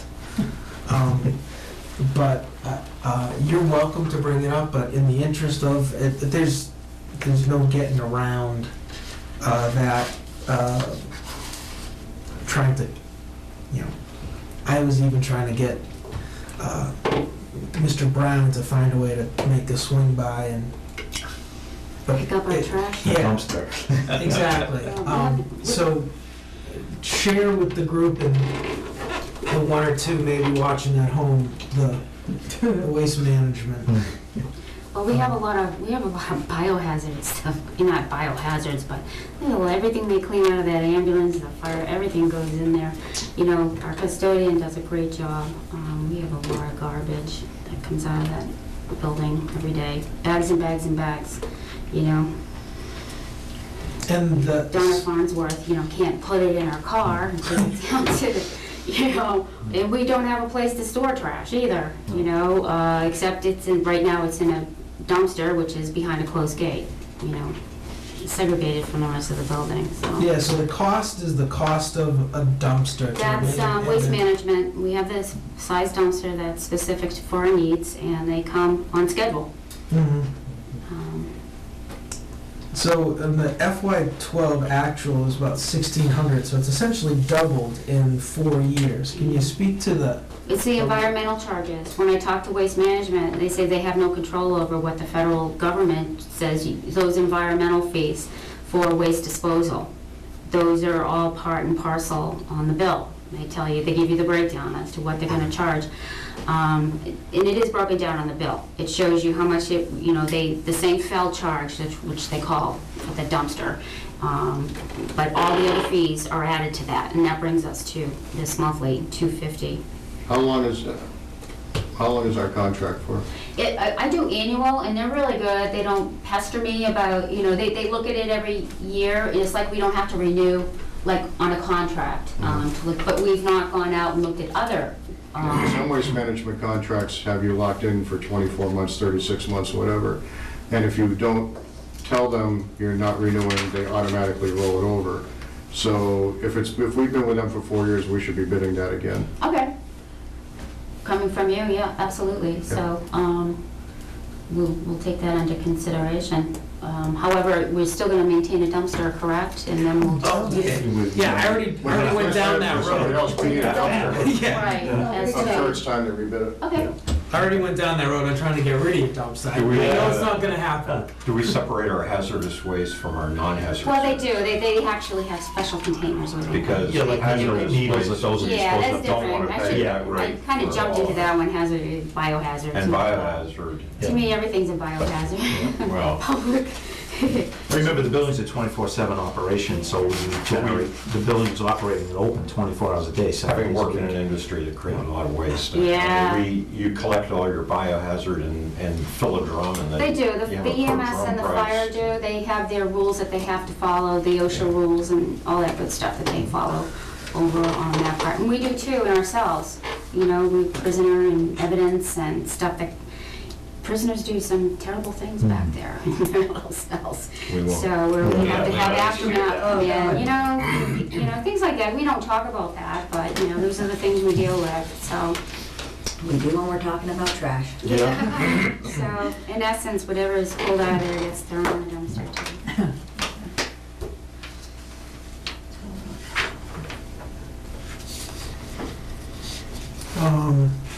All right, telephone.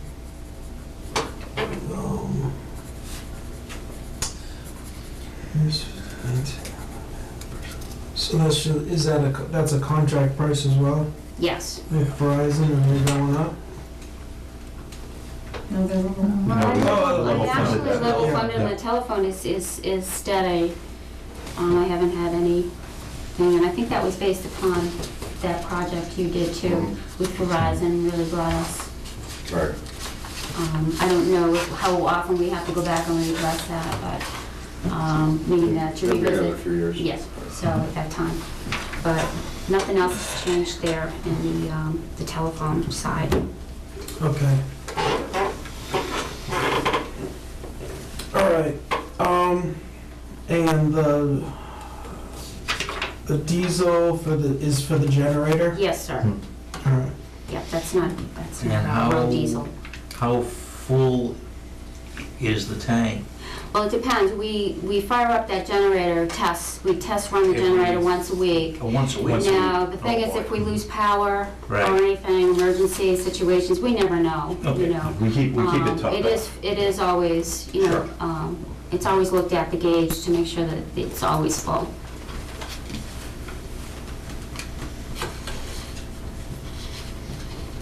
And so it's not, like 800 gallons a year diesel, I guess, isn't it? It can be, but if we have major power outages at a week time, I hate to say that, and we're running generator power, you know, we're the only ones with power in town.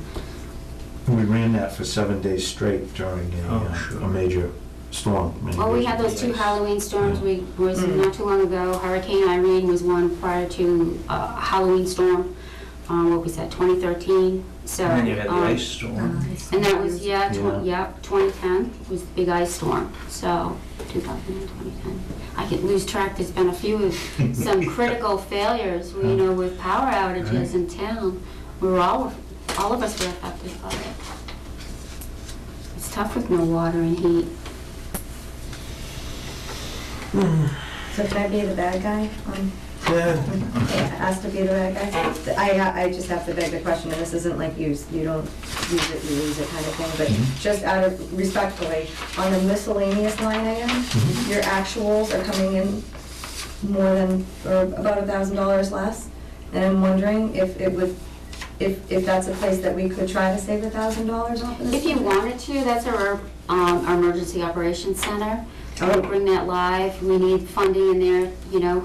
Yeah, You know, no, well, that it's makes- that actually a makes it- staging point where we, you know, National Grid comes in and we have other vendors during, you know, during storm-related events Other that town meet there. departments set up a- And so, you know, when we open up the center, we have to have, we need to provide beverages. There has to be some kind of a food bait. There's a lot of stuff there that we have to consider. Is it because we haven't utilized it? Exactly, it was primarily put there for the event of an emergency, that's our EOC, that's what we call, for the town. For example, there's been storms where for 2 to 3 days, public safety personnel have basically They actually live out in of the the building. station. and we The have to police feed- too. We have to feed them. You know, Absolutely. So that's Absolutely. what that money is in there for.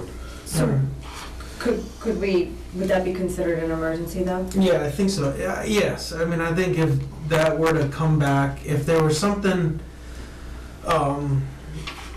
Like that yeah, I happened? mean, We could certainly, yes. that would, I go back to the definition about the, unforeseen. Mm-hmm. That's a weather-related unforeseen. You gotta feed guys who are there. I would, at the drop of a dime, Exactly, yes. allow that advisory reserve money to go towards that. So that's why I beg the question again. Yeah. Would you guys be That leaves comfortable? you prisoners on So, too. No, the no, miscellaneous stuff, you're saying? I'm suggesting $1,000 reduction. Well, one thing to remember too is that we don't have water bubblers, we have actual water spigots. So I have to buy water for the building, so that comes out of that account, miscellaneous. So, I have to be cognizant of those costs. You know, we don't usually spend a lot of money on EOC No. type So activities. these numbers we're seeing are more just the water bill. That's included in that. Right, 200. Yeah, so the payments to date on that, you've spent about 800, and so you're looking at Yeah, I can about tell you. halfway through, so you're I can tell you right now, just pulling up my audit here. Pretty much right now is Belmont Springs is, right now, you're gonna see most of the costs coming out of, for that. We do have a couple of, our recent blizzard when we were shut down, we had to open the EOC and there was an expense there. And we've had a couple of, multiple town trainings with, you know, we host events Okay. where we provide coffee, of course, and stuff like that. And that's something that will come out of that, so, I leave that to the committee. Yeah. That's my. You guys okay with bringing it down by $1,000? Ted? If you do run out, I mean, do you have like 30-day terms? Or Oh, if you have to absolutely. buy food, you need to have cash? I mean, I don't want to well, that cut off happens your ability to like, buy food to we, support. we do have accounts set up that So- we walk So in and people give get us. sandwiches from And the we'll, okay. and they'll send As us a long as- bill. as long as we have time to Absolutely. meet. We Sure. do have that in place. And again, you know, we will pay the bill and, Yeah, and matter I of fact, respectfully, that we would Okay. you So know, sure. endorse that. absolutely. So So- 2520 down to 1,500. Okay.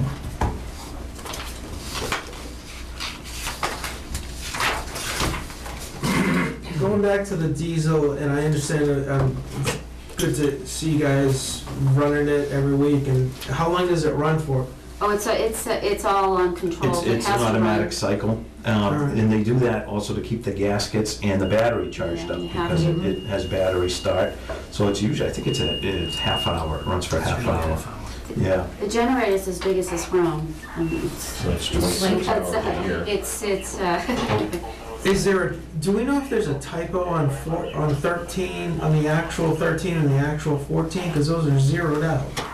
So, I know it's been used, it's critical that it is there are we talking? on diesel. Oh, yeah. So there's a 23, 28, and 12, but then there was nothing Well, in the 13. reason is because we didn't run the, you know, the generator ran on what it had in its tank. So we had another fiscal year, the generator ran more. So there's never gonna be a consistent Fiscal fill-up. 12 was the ice storm year, right? To be correct, I'm not sure. See, I think that's your absolute maximum. That's your super historic all-time. Well, the big ice storm, we didn't have the generator, we were in the Houghton building. That was, which is correct. Right, We the were big in the one. big. But there was an ice storm about 3 years ago where you were in the public safety building. Well, we had two, Oh, we've had ice storm, we had power failure that we Yeah. were The in for national, 7 days. we were down for a week or so from That was a National Halloween Grid. That was storm. when That was you were in the Halloween, yeah, building.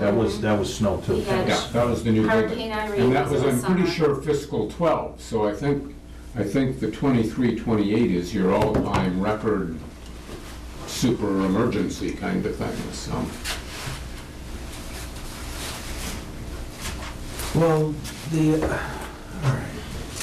we are filling that tank. Yeah. As to when it gets filled is when the need comes that it needs to be filled. How big a tank is it? How many? I couldn't- Oh, it's, Just trying to get a feel for how many it's fills. it's well over 1,000-gallon tank. I think it's, yeah, it's a 7-day supply of diesel. So 1,000 gallons.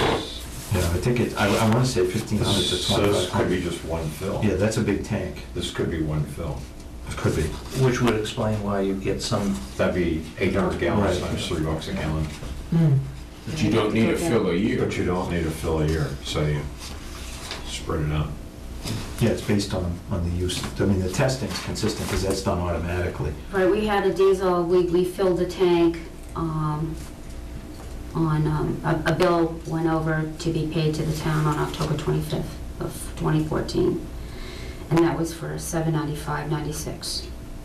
So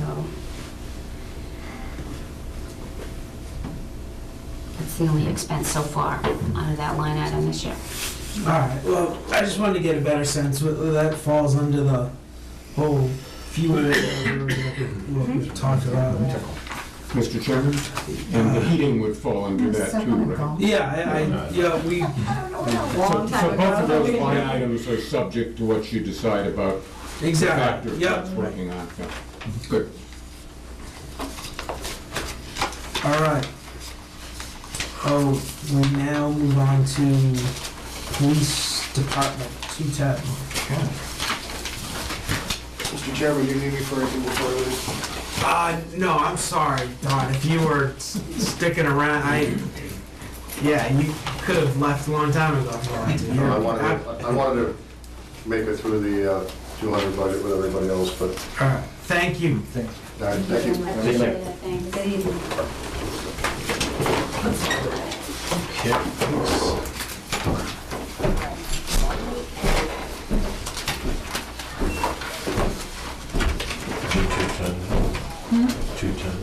Yep.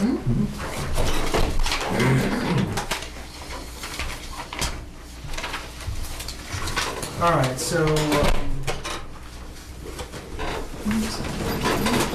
let's start at hired services. Do that. We've level funded that. We had it in at 3,000, and it's level funded at 3,000. Yeah, that's right. So those are level funded. Firearms and supplies. Okay, a couple things on firearms and supplies. Unfunded state mandates, they keep increasing the number of rounds that officers need to fire for training.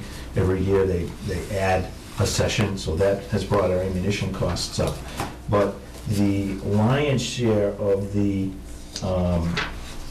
increase there, we have put in for 3 of the taser, less lethal electrical devices. As you know, this past year has been horrific for law enforcement with police shootings and the aftermath of police shootings.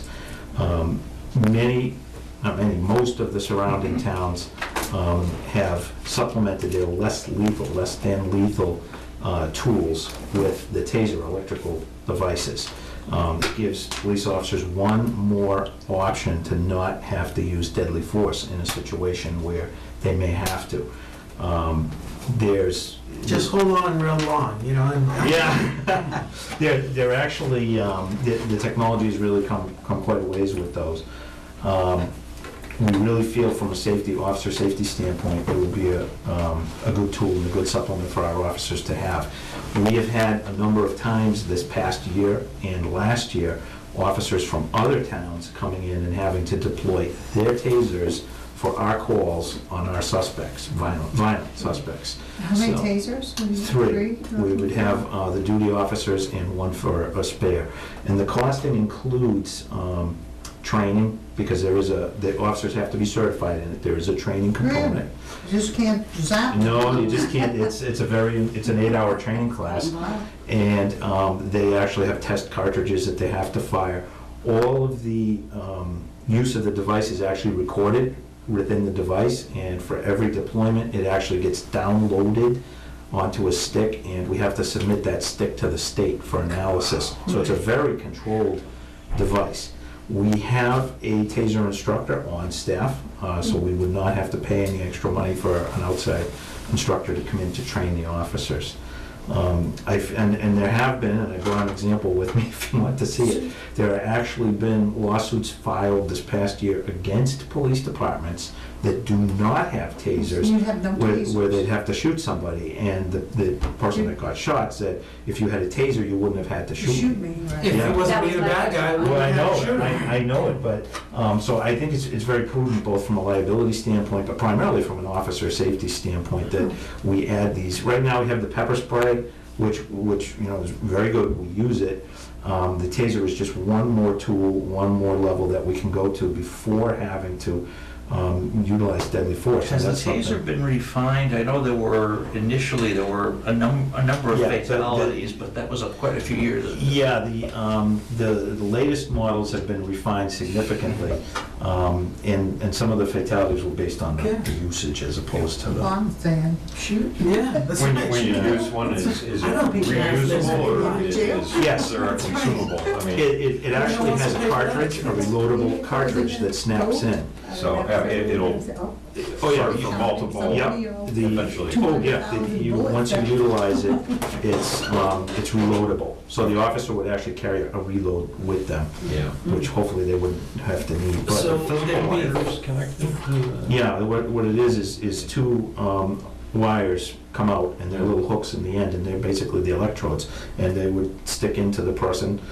It doesn't cause a severe wound, and then the electricity basically immobilizes the person for a few seconds, and that enables the officers to get the person under control. As I said, we've had a number of other towns coming in tasering our people, so, our bad guys. So we really Not our feel... staff. Yeah, not our staff. So we really feel that, we included it in the budget, and that includes the training, replacement cartridges, 3 units, and the training, you have to have training cartridges when you do the initial training. They're like dummy rounds. so it'd be the Is there, 2 officers that are patrolling, they would each have one. Right, and then a spare, or a lot of times there's a supervisor on duty or a third officer, so that they would use it as Right. well. And so when those 2 officers come off shift, Give it to the next shift. all right. Rather, some departments have opted to buy one for everybody and just issue it to them like their service weapon. We can't afford that. So we're gonna phase in utilizing them. But that I would think that would be coming. Ultimately, every office, because you've mentioned when we've looked at the cars, or there was something where even though the shift change doesn't necessarily coincide with the bad guy being Exactly. good. So what we So- would do is we would We have budget. spare. Yeah, we would budget maybe every year to add Spare. them. How much do they cost a unit?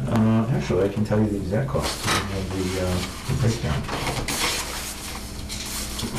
Can the annual practice with the taser satisfy the requirement for firing live ammunition? Oh, no, 2 totally different things. Well, they're different, but I Yeah, thought totally different things. ready, aim, fire would be the same. Yeah, the actual, it's 8 hours training. Just trying to save money. I know.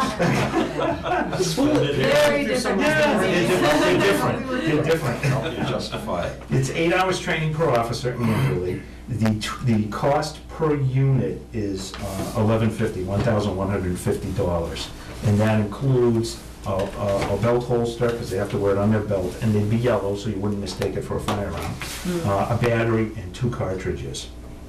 The software package to do the download, which is a state mandate, is $165.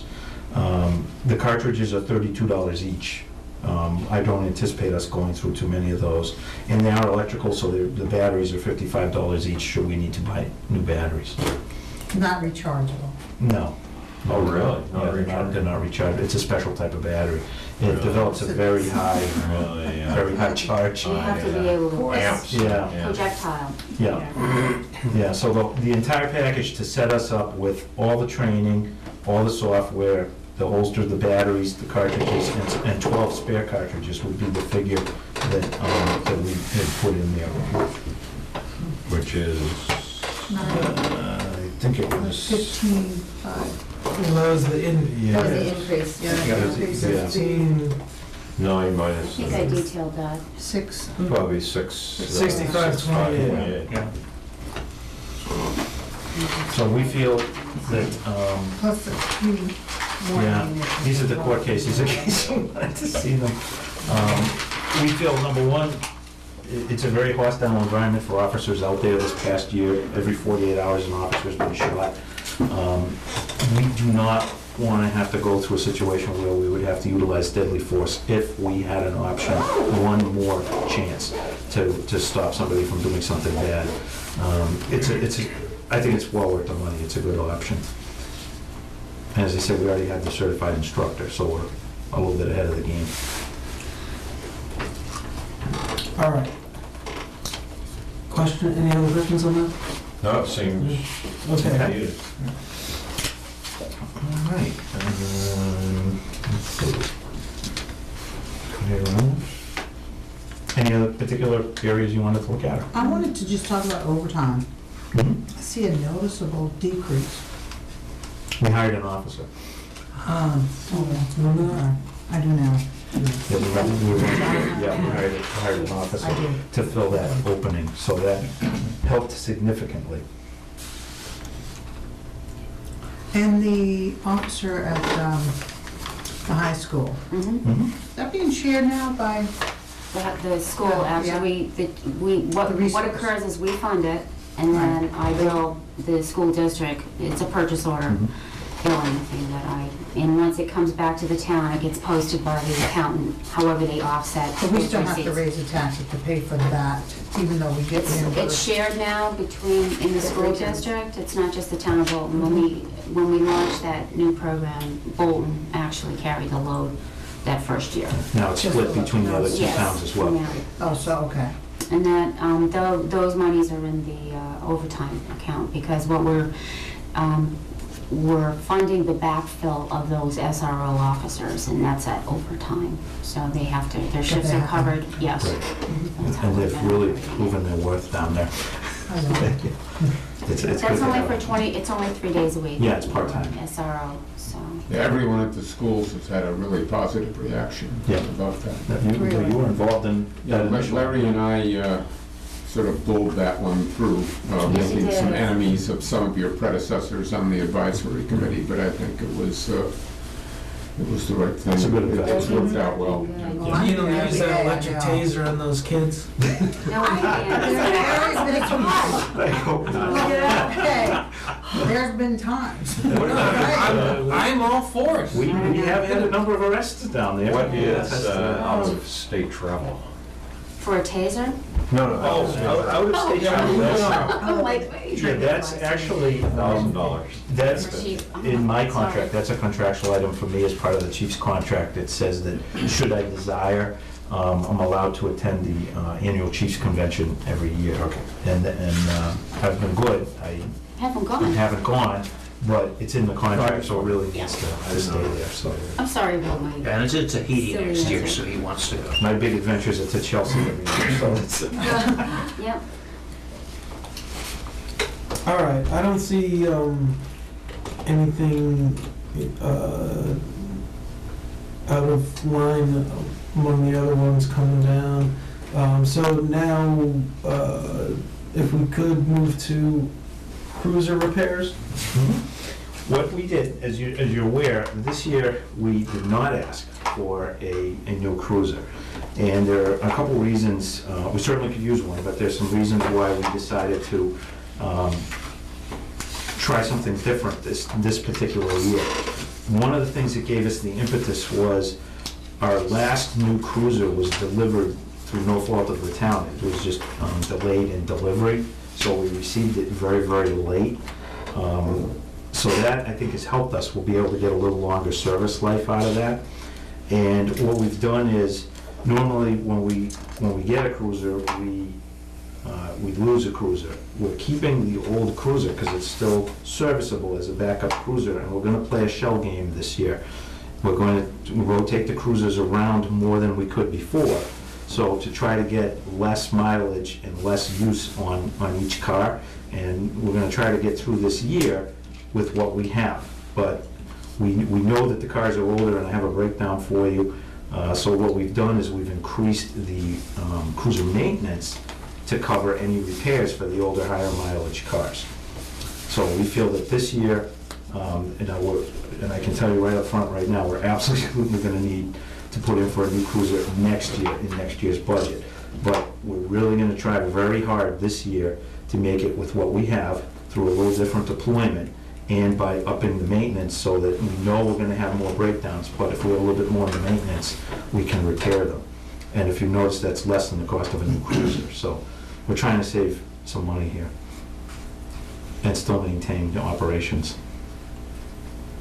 So for this year, you're gonna increase the Increase the maintenance. The maintenance. Yeah, line Right. 52 So you're not adding any more, About $7,000 from. yeah. Yeah, there's about, what, 25%? 25%. But we want to up the maintenance, cruiser maintenance repair by about 25%, because we know we will have more breakdowns by running the older cars. We're gonna try a little different deployment with the older cars, and where the newer car is, we think we'll be able to get by this We year. only have $1,900 left in our cruiser repair Yeah, to when they date, didn't have. Yeah. so we still It's too helpful. You know. to So we're gonna try it and see if we can make it through. Yeah. Thanks for giving it a try. Okay. We're pretty sure we can do it. We'll let you know if we can't, but we're pretty. We'll we're see you certainly again gonna- if not. We're certainly gonna try. See if the doors fall off. Oh, Yeah, well, gosh. we repaired Well, they those, did. so Those we two actually doors were repaired repaired. those. So those cars are still here, but we put money into repairing them, so we want to try to squeak another year out of them. The next one. And they're all safe, there's no safety issues, we brought them up to safe standards. They just have high miles. It's very high miles, yeah. Yeah, and I have tons of details on the mileage. All right, so, is everyone good with 210? Dave? Equipment cruiser, that keeps coming in at about 5,000, and we keep budgeting 7,000. I can tell you And I what. wonder if we couldn't take 2,000 out of that. Well, that's, what that is, Dave, that replaces a mobile data terminal. We actually are short a mobile data terminal, but we have one that's in tough shape. Those are the actual ruggedized computers that are in the cruisers. And our radar units right now are really on their last legs. So that figure this year, where we don't have a new cruiser to outfit, we need to replace that equipment. So that would come out of that line item. Well, will the whole $7,000 come out of that line item, or will 5,000 come out of that line item? In other words, my objection here is, for 3 years in a row, you've sort of over budgeted that by about 2,000, and I'm suspicious you're doing it again. No, not necessarily. The reason is coming towards the end, usually we do our analysis between January and March to see what we're ending up at June 30th. And if you look at the police expense budgets, we're typically asking for a transfer. And we're pretty good about it. It's almost as though we know that we're gonna have to put off buying equipment for the cruisers because we still need to pay an overdrawn gas account or other overdrawn items. Most of the So then we would ask. end-of-year adjustments that I'm familiar with were overtime underestimates, not. Well, we They had a had gas expenses. transfer. Oh, no, we had gas. Yeah, they gas had a too. gas transfer last Yeah. year. Last year, gas Yeah. transfer, absolutely, because we were way Well, if underfunded. you're sure that the odds are you will spend 7,000 on equipment, okay, but if it's one of these things where you keep budgeting 7 to be safe, Well, the and MDT is, it's was it coming in at 5, I don't think you the should. MDT is what, 5,800 alone, right?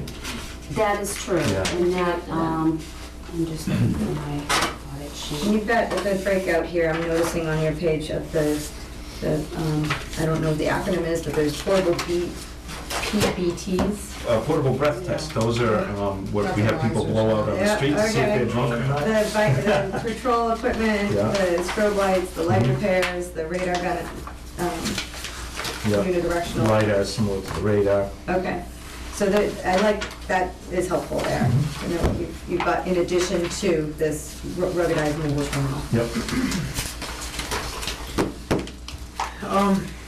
Chief, I skipped over the gas line because that falls into the whole fuel cost. Right, we figured that. But, I'm also looking here at the actuals, payments to date, and, I guess I'm just a little concerned.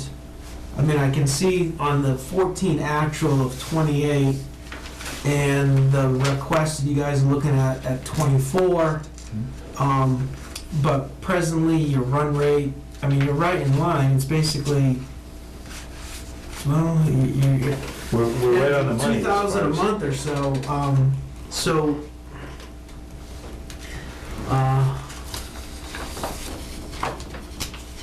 if we apply that formula, you're gonna be short.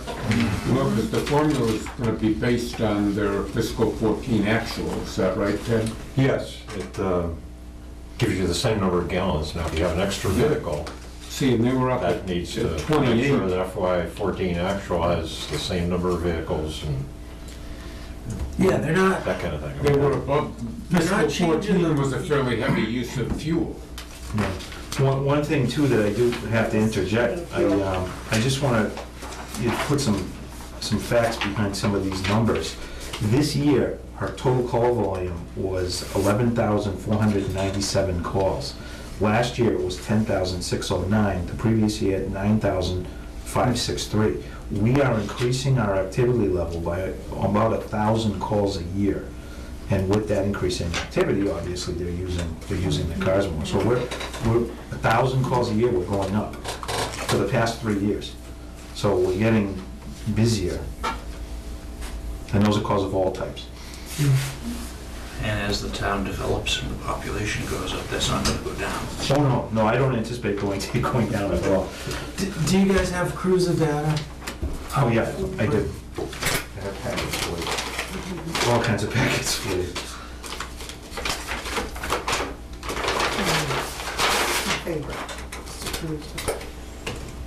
I always come well prepared every year with this, because it's always, You know we're gonna you know, want it's it. always a,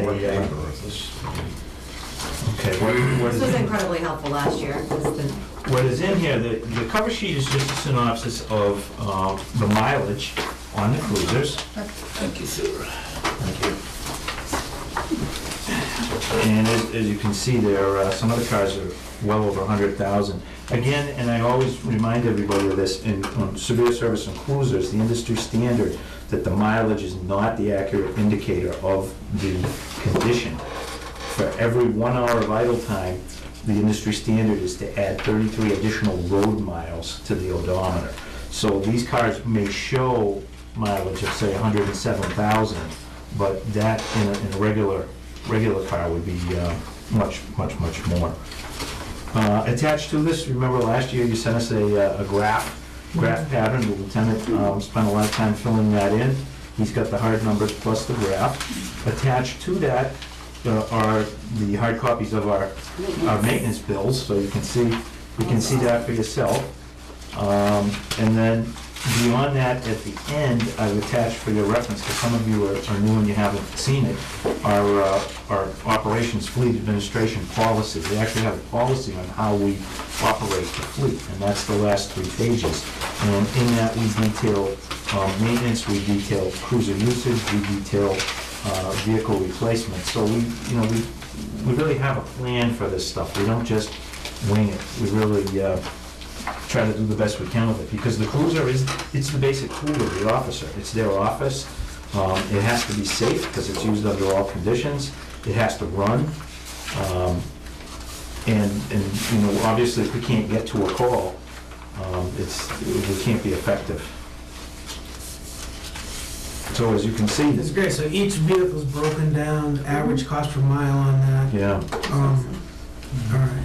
Did the lieutenant then take these numbers and put them into this? Yeah, he plugs them into the, And hence we have. right, you have all Yeah. those numbers are reflected on Please the, thank him. on the chart. I will, it was very tedious. It's a lot of work. yeah. What really drove our decision this year to hold off is, if you'll notice, car 8 is a relatively new car. It's only got 10,000 miles on it. We received it very late. So I think that was what really made us want to try getting through this next year, because the mileage is low on that. So I think by moving the deployment around and that low mileage, we should be able to get through the year. So as I said, we're really going to need one next year, because some of these cars, when you see them, when I give this to you next year, it's going to look obviously significantly different.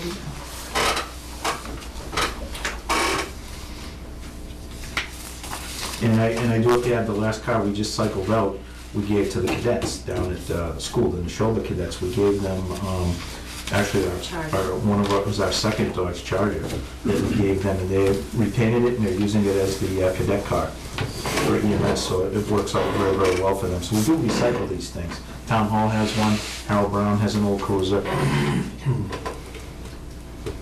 So we really, the town really ekes every mile out of these things. And $299. Okay.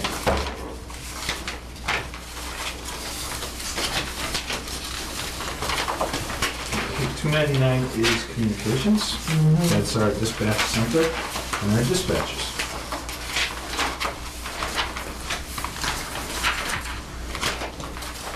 So, does the group have any, so the wages, those are all contractual. Contractual. There's the increase there, guys, and everything underneath, training supplies, all that is level. There was only one, I believe the uniform allowance went up, because that's contractual. Yeah. It went from 1925 to 2100. I'm assuming that was I saw that in the police too. There was. Yes, Yes, the they had uniform those, allowances. And you guys brought a new officer on anyway. We actually, it's all in the annual report, but Yeah. 2 officers transferred to larger departments, and we were fortunate to hire 2 outstanding replacements. Outstanding. And supplies, there's a high and dip, high and dip and high and. On communications. Well, that's On a- supplies. On supplies is primarily for, all of us over there. So, it's based upon need. Supplies could be anything from papers, pens, printer cartridges. It just So is the funny per- how if I graphed it. Well, the would look like purchasing, it's, exact.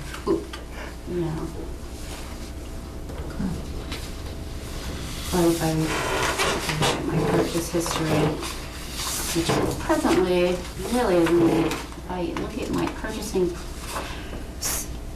I'm like at 50% right now. We have a $5,000 budget. Right now unspent is $2,500, and that's as of my, documentation at the office. And primarily, it's just all, we have a dispatcher who's in charge of taking care of monitoring and making sure things are ordered specifically when they need to be ordered. We don't buy in bulk, like, to that degree. Right, based on need. Is this things like everything Paper. from the ice melt on the walkway? No, to the- that's actually, the ice melt, that's DPW? DPW. This would be copy, paper, printer Yeah. cartridges. Everything from pencils, paper clips, pens, pencils. everything. No. Not toilet No. paper. Oh, what is that? No. I keep getting the wrong Now item. it takes care of the toilet paper. No, that's Carol. Okay. Toilet paper's Carol. I'm sorry. Forget me. No, we don't do TP. That was a big discussion years ago. It was, who bought the TP? Thank you for that, I Yes, it appreciate that. was. I'm kind of dumb asking, but I was just Yeah. trying to get an idea. I mean, I can see there's a lot that goes into a building. But you guys are doing that on your own. The supplies. Yes, Oh, yeah. We- absolutely. So this is, Office supply. Yeah, It's the this is- functionality to Oh, run. it goes back to that big, it goes back yeah. to Yeah. why. Why is the town not going with one and disseminating it out? Yeah, we need It to, is we need to 6 look years at of the that. end of the cycle It is here. unreal. That So no when one you is need paper, you go to Staples or willing something. to. What do we we have do? cups. We have the gal that does it for us, she shops. That's all I could. Yeah. She gets the best deals, she usually Very starts cool. there. So, No, I know that. It's, we It's have not- vendors No, I over know. there. No, And she goes through her little I catalogs feel like I should- online, and she gets the You best know, price we at should the be time doing of the that. product Dawn we should need be- to I don't buy. know. It's not them though, I get that. She's Just like at home. Absolutely. Yeah. Who's having a sale this week? Yeah. all right. Any final questions before we release these folks? No. Boy, did you cover a lot tonight? Yeah, it was good. Wow. Sometimes we've gone 2 nights. This has been exceptional. Thank you. And it was very helpful, by the way, for Sasha to Oh, yeah. come over and That was spend a good. lot of time with us. Helpful for And I me, know too. Ted and I had some conversations on the phone too regarding the fuel. It was very helpful for us to impart to her how things are actually done, and I think some of You were very that generous with paid your off time to tonight. me, too. I think we saw that tonight with your understanding of things, so I think I commend the board for that type Well, of and Lorraine interaction. for, I Oh, mean, absolutely. Oh, yeah. It was good that you, Outstanding. the work that you had done for the staff, for your group was good. Mhm. Preemptive strike there, so we're more yeah. prepared. It would have been out sooner, but with all the snow days, my kids were home from school a lot. I didn't have the time I usually have.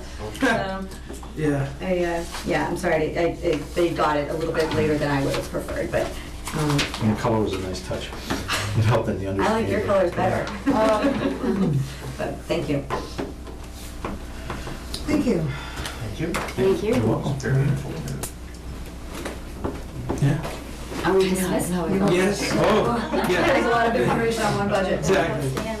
And as always, if you need, oh, that one's yours. If Yeah. you need any further information from us, we're just a phone call away. Thanks, guys. Have a nice evening. Thank you. Thank you all, thank you. Great, You know- take care. You got the big one. I've got the big one, but I like that small one. David, take care. But yes, I'll look at it, it is, right on, I'm so sorry, thank you, thank you. Keep an eye on me, Whether or not I'll ever. next year, it'll be that much, I'm grateful, it'll be that much This easier. is great. We had so much backup. Obligated on that. Library. Hey, what was it, 16% for the library budget for books? Is it for our? for the- $65,000. Yeah, but it's 16%, it's 16.5? 16.5 is the low, and we're at Is the lowest? 17.1, I think, right now. What? I don't understand why we're not at 16.5. They need more money.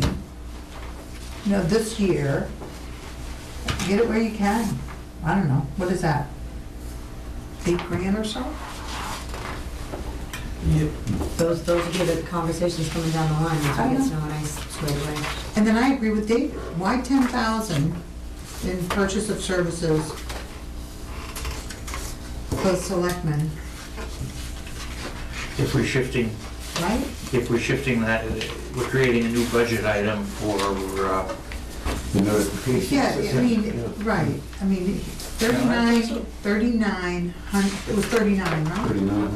right, 3,900. Came out of, and he still had money left over. So why double it? I mean, it's Or double, almost triple it in a sense. oh, yeah. And there is time to come to the board to get, Well, Oh, yeah. actually, we approved 5,000. Oh, no, that was for Plus, 4. they That was for can, 15. they can shift some of those things from one line item to another Right. with approval. So even before they come to us, they have the option of going to, and maybe they do have to come to, I shouldn't say us anymore, to you guys and/or the selectmen to move items from one line item to another. So that's an option too. In other words, there's usually something they're underspending in, here's the library. and they can get permission to move Yeah. things yeah. that are underspending where they're This is overspending. your number. In fact, net, they're always underspending because every year we What's a come 0.5%? up with That's what I'm saying, 0.5%. $750,000 more free cash than we expected, and that comes from underspending. Well, private library, Okay. whatever. $700. But to create a new line item, like No. there was somewhere in the budget tonight, we created a new line. created a new, do we need to go through an It'd be approval 69. process for that? That's just, No. that's just, Oh, truly yeah. create a new line. Okay. 69. Oh, no, we're talking about that. We just moved Overall, that. But if we Right, move but that the money into a new overall item and put it under another Yeah. department. It was almost like Dawn's budget was the seed money for the, Take that and now Right, it's going but then into a. Don Take was saying that he 16.5 still or needs the same 17.2%, amount. and that's your new And that- Right. I mean, it's worth Something maybe next Yeah, that's year. worth question. Yeah, so you take that out. I mean, my 17 is with this already in it. And- Oh, no. and No. Of course, that's with this in it. All right, so Here. we've got, Take the both out and then multiply, and you get your. what are you guys doing? the library total budget includes the book allowance. Yeah, So in order to figure out how much the book allowance is for this year, you have to take that number out. It's actually in the minutes. mhm. When I go over the minutes, it's in there. That number's in there. Yeah, it's in there. So 3. We need to go through, we need to, Well, the percentage that's is in an there too. interesting way I think it's it's done. 17.1. Isn't it? Yeah. yeah, wasn't that Because one they that already had something to figured do it with out state for us. certification? Yeah, So they had they to have to stay have at It's a Right. wrong certain Because threshold. otherwise they That number. can't participate in CMAPs. CMARS, yeah. CMARS. Yeah, no, that's whatever it okay, is. you're fine. CMAPs. You're good. CMAPs is a program I I don't know. use for navigation, but anyway. That's fine. I make up the difference for all. Line 50, here's the minutes. Here's the minutes. Line 5580, books remain level funded, 69,500, reflecting a decrease of 0.3 from 17.5 to 17.2. And the percentage of the budget used to purchase books. CMARS accreditation requires at least 16% of the budget be spent on books. Is it 16? So they're spending a little bit more than the bare minimum. 17.2, if you put the So books in the budget, 16.5. is the bottom line, and then take the books as a percent of the total. But if you extracted the books, It doesn't work that way. That's why it's an iterative process rather than, there's no mathematical formula that quite gets you there. you So gotta you try gotta that. keep, yeah, trial. Yeah. Going from 17.5, yeah, to 17.2. So it's Yeah. even richer than 17.2. Let's go above 16%. Yep, okay. All right, so, I've been here long. we've got minutes to approve. We've got, so, there's not, To run the library. next Tuesday, the 2nd, we will not be We will meeting. not be here. No, this is a cost running library. Take a look, if you guys could, take a look at that sheet Yes. and Other and town confirm budgets. that you're okay with with those other dates. Yeah, I had already said I was okay. All right. We ought to let Connie look at it. And Ted, I you're, did read those. yeah, so, Connie, those dates, I have a conflict Let's suggest you straighten that out. Well, here's the deal. Assuming you can get here, how's that? Then it doesn't have to be straightened out, and we can let Stasha run the meeting. Oh, goody. Oh, yeah. Is that what we can do? Or you. Or I was gonna say, I wouldn't do that. She's been here from the get-go. So, She's got well, you've been here for 6 years all more. right here. but here's the How deal. many years? But you have everything from meeting one. So I've got. That doesn't matter. Well, it matters Well, because if so here's the thing, I've been doing the minutes for the meetings, I know. and so it's very I agree. difficult to run the meeting and also take the notes for the minutes. Okay. So I would prefer to do one or the other, but I certainly would sign up to do one or the other. And I don't know. I work, do you think I you can you make those nights? I hope so. All right. This one I have to check. All right. What's, something's in my head. I can change where you can't, right? Correct. So just let me know, do you wanna write these dates down? Or, let me know about that, and then we'll make the call on those.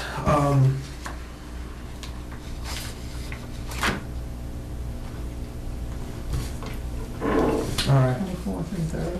yep. So we have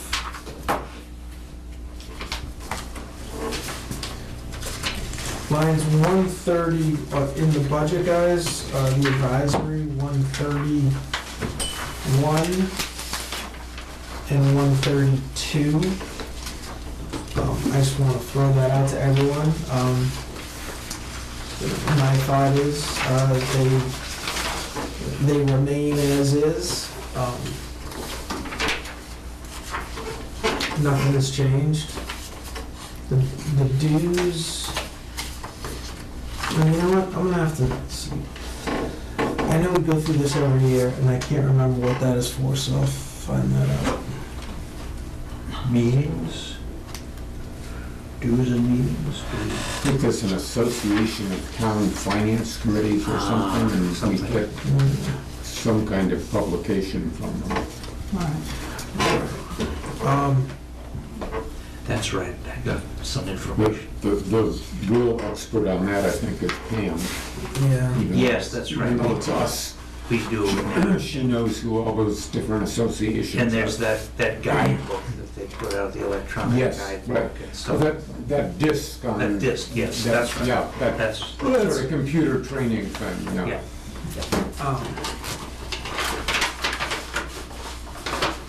Did everyone get a chance to take a look at the minutes?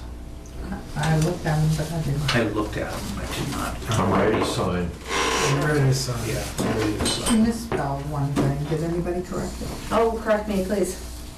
Right, what was it?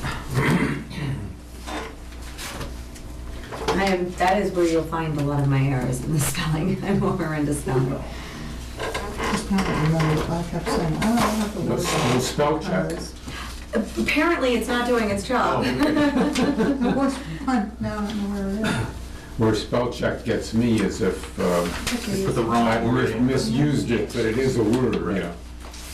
That's not foolproof, but I We weren't definitely allowed lean on to use it. spell check when I was working at the Boston Globe. But I'm sure they've changed that because they don't have copy editors anymore. Oh, well. I don't remember, it might have been the old names.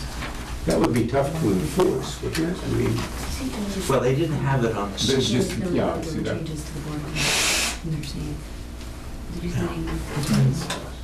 No, no, no. I guess I did. Oh, you got them all. You got the. I don't know which one the last option. It might have been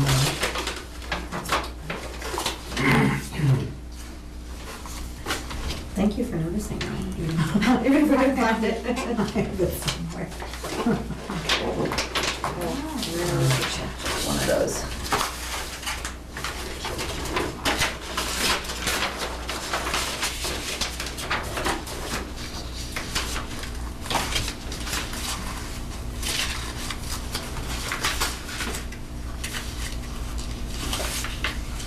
So I have a note here, the next tri-town meeting is this Thursday, the 12th,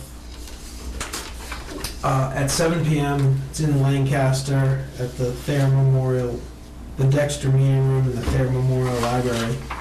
And the agenda is the Minuteman Regional School. And I received a copy here. This is from Minuteman. This is addressed to Donna Madden. And it says, "We've established the following schedule which will allow for compliance of Section 911 fiscal year." And it lays out for a total of $429,731. I'm trying to, let's see, where it is. What account number is Oh, here. Gosh. That's our assessment for Minuteman. that? Yeah. Yeah, I think what they're gonna discuss at the ECC? Tri-Town is the renovation How do you- project, I don't not our know. budget. I don't know where it is on there, but I remembered it there. Okay. Okay. So one of those, it's one of those headings? Yeah, Economic Okay. Development Committee, 182, yeah. So, alright, it's already in there, so. Two Cs. So that's on 302, guys, that's a 10.3% increase It has over to be. last year from Minuteman. What was that line? Is That that was line new people? 302. Yep.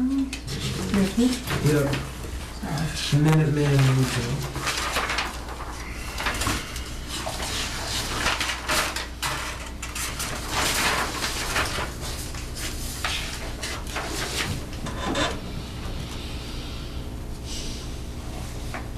So how many kids we have going there right now?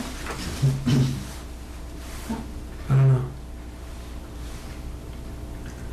What is it, about 30 grand, 25 grand per kid, per child? It's in that ballpark.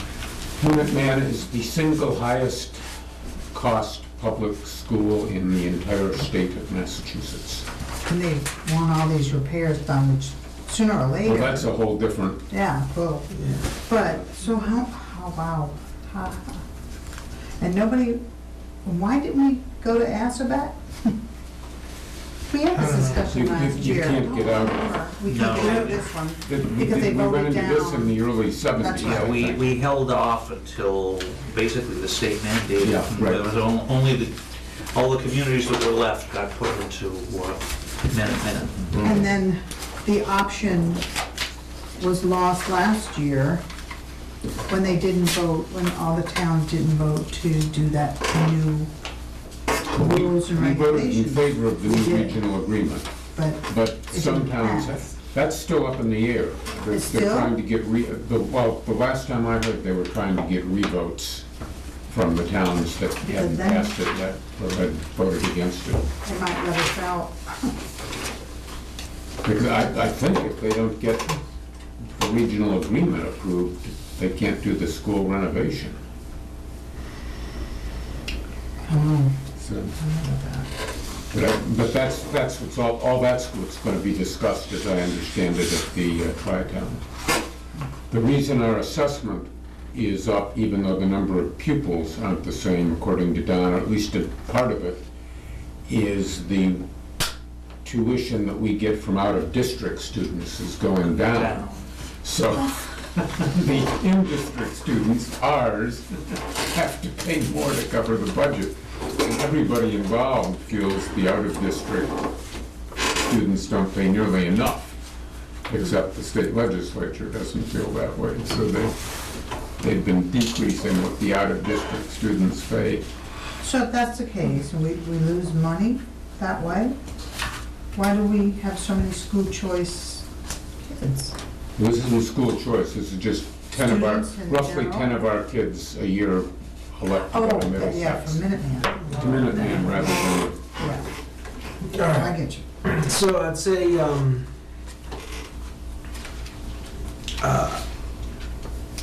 if you guys can, if you can make the Tri-Town, great. I'm gonna do my best to, but I'm not sure I'm gonna be able to. So I'm definitely gonna try and make tomorrow night's, school committee meeting.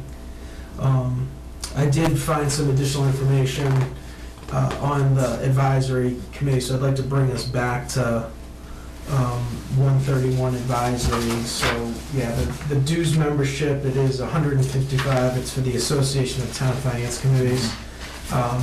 Meetings are for members to attend. My thought is we take meetings and move it to zero. That's my thought. Sounds reasonable.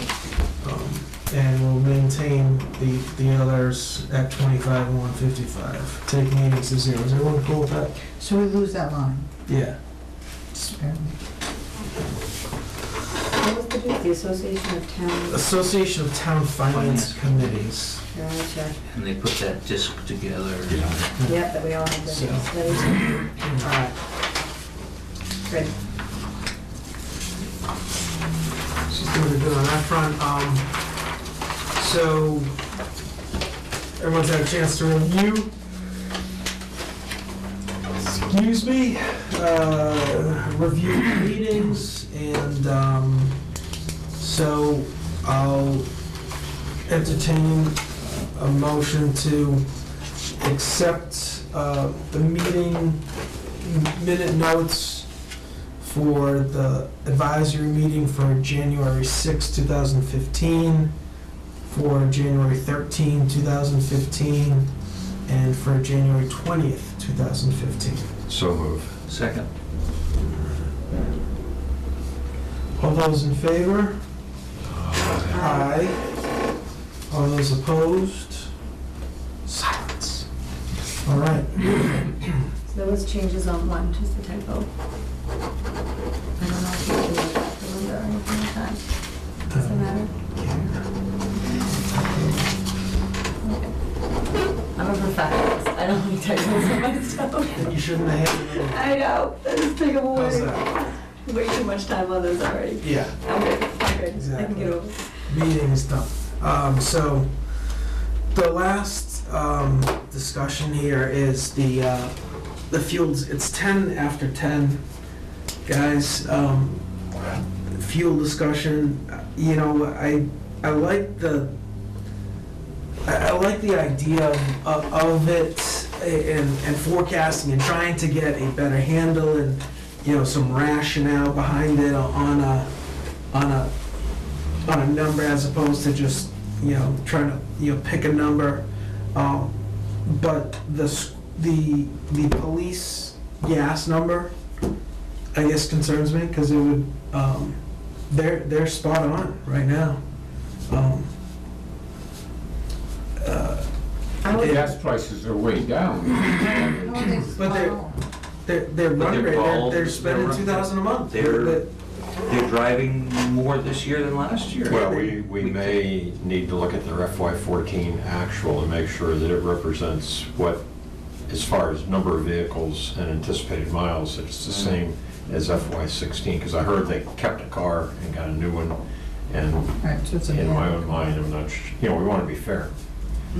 But I think at the same time, you know, if we're asking taxpayers to pay more in taxes, they're gonna say, hey, have you taken into account, you know, the better fuel prices? And, you know, we see on some line items here, No, things have gone up. and We We need to address it somehow. I agree, and I think we can take into account that, but it's just hard when, you know, Dawn hit the nail on the head. I didn't think oil would be where it was in the course of a year, and we know it's simply because of, you know, them, you know, looking to drive the United States out of business, to see how far they can hold on. So We could get into Yeah, politics there are a aside, lot of discussion, but This is where I get hung up. There is This- we supply and got demand, a lot of essentially, I don't want to say we got lucky, but yeah, there was an unanticipated drop, thankfully, Yeah. in the cost of gas, and that's a good thing for this fiscal year. We're planning for next fiscal year, so the numbers that I look at are the projections that come off of that website. I think that's very telling, or at least that's more of a sound resource to me, because point in case, we dropped very quickly in our gas prices. What's to say they're not going to go back up? Well, apparently this EIA website. So to your point, I would like very much to go back and maybe shelf this until our next meeting, but not shelf it and leave it there to collect dust, but I would like to do some more research on The accuracy of the projections. yeah, Predictions and over because time. I feel like if we're gonna change these budgets, and if we do this, I wanna go line item by line item, because things like the police budget, that one stuck out to me as well as maybe it's, they were, I think, as you said, if we're gonna, as much as I want to apply something blanketly over all heating line items, I do think that they are still specific to each department, and each department operates differently. So to be fair and effective, each one deserves a due look at it. And so that's where I'm at right now with this conversation is getting that extra information and then going line by line. Yeah, I think that's, and I don't want to get into the political factors, but if the economy is picking up, then theoretically demand, now right now the rest of the world's economies are going down and we're sort of limping along, but should there be an economic recovery, demand will go up and supply will go up. And this is what we have to trust that I know. our Department of Energy is taking into account the Chinese GDP Yeah, and this yeah, GDP. And That's what they did it. I mean, That's what they do, global insight, whatever it is. Apropos of Joe's comment, I agree that the chances are the Department of Energy forecast will not be perfectly accurate. Oh, In fact, no. it may be off by a fair amount, but it seems to me it is much more likely to be accurate than a town department head making a guess about what his fuel expenses are gonna be. And the department head's goal is never to run short in any budget item. Right. And so there is this chronic budgeting to the worst, and then we wind up raising way more in taxes than we need. But that's And one not of- applicable and- in the police and- budget. and one of your- That doesn't qualify. One of your missions needs to be to rein that in. Sure, no, I But if you look at the understand. police budget, it's exactly opposite of that. They've run over every year, they budget Yes, under. yes. So that's my point, is to go line by That's why- line because of that. But what I said in response to a comment that was made, Ted's gonna base it on the actuals they used, not the budget. Actual So spend. so the fact that they went over their budget in 2014 and They in a may lot of actually years. come up, the number Exactly. I follow. So Okay. they're gonna get much less of a discount than, say, the DPW, which has overestimated Fair its enough. budget all the time. I So- think we can Yeah. satisfy your Yeah. concerns. When we got line, group by Thank you. group. And if you look at the performance, I'm sure if that site is anything like what Data Resources was, they give you a range, it's like a band, a currency band, and the accuracy. The old snake in the tunnel. Right, the old thing in the tunnel. They do that on natural gas. Right, I mean, nobody expects anybody's forecast to be right. I haven't found it on the, 25 years ago, we used to talk about the snake in the tunnel all the time on foreign currency. Right. Because there'd be a band and then the, All right. I'm still stuck on the 10,000. oh, Done. yes, right, right. Really, I I'm thought- all for cutting it $5,000. Yeah, I think we're taking that The 3,900. 3,900 out, or 3,700, or whatever it was, out of. It just, we'll, we can. Yeah, I mean, we can talk about it more. I'm having, I guess the biggest thing is, I don't know. Not like we're saying no, it's a transfer. Anything over 5. well, we should invite Don back and. Yes. And To defend that line. Exactly. just make sure that we commit that when he comes to us with a need, the cycle time for us to act on that is within any time that he has to commit and pay for something. We don't want to leave him. In other words, if he has to do a study, he should have a week or 2 weeks before he needs Well, and to he give somebody a mentioned, green light and we. he dropped sort of, well, it's a bombshell to me because I'm very concerned about traffic and truck traffic. But this is the first I've heard about the possibility of doing a ban on truck traffic Oh, yes. on Watercloak Hill Road, which I think would be a blessing. Why do you need to study it if you? Well, you have to do engineering studies, I think, in order to justify it for the state, but I'm not sure. Okay. I'm just, It's a town road, if you want to shut it down to trucks, just yeah. put a sign.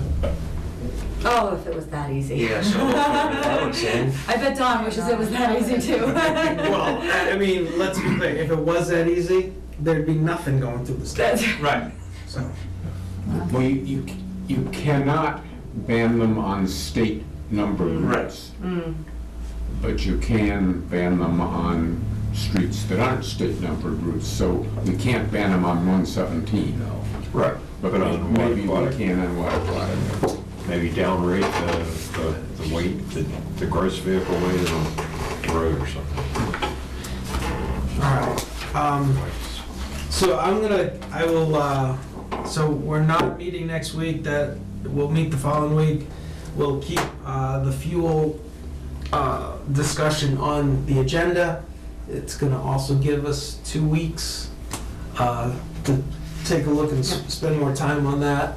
Do I have, do the you have? right to send this to Oh, yeah. Connie and Yeah. Dave, Yeah. everybody? Okay. So just, yeah, send that to Linda and just ask to distribute It to the. has to go that way. Yeah, so Yeah. that sheet that I gave you tonight publicly and to everyone in the audience publicly, that, I had to send that to Linda to get it to you guys. Yeah, I know. Could you do what the fuel items would be for all the line items, or is that too big a? No, I have, what I have is heating fuel by specific location, and then I have vehicles broken down into I'm just propane. wondering if you could show what the line item would be, and then it would be awfully easy for the committee to say they want $8,000 for heating oil, and our system shows that in that line item, they should get 7,200 or something like that. That's the only number I don't have. Yeah, I have the I'm just recommended. thinking for ease of So, and review. Brad's got some of that already. he's- I did, yeah, I just didn't do it in Excel and the tab came out, it's all messed up, so.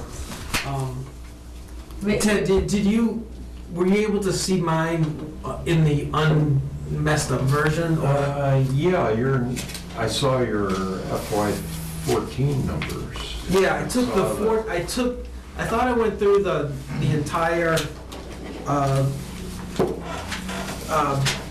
budget, but I think I might have missed a line or two. And I took the 14 actual, I took the requested, the FY16 requested, and then I applied the formula, and then looked at the delta. But it just got messed up. So I'll work on fixing that. So far what I have, if FY16 were level funded dollar-wise with FY14, then you can see the delta. But if FY16 request is something different than level funding. Yeah, so Ted, yeah, if you take that spreadsheet. I can add that. Yeah, send that along to Linda and have her send it out.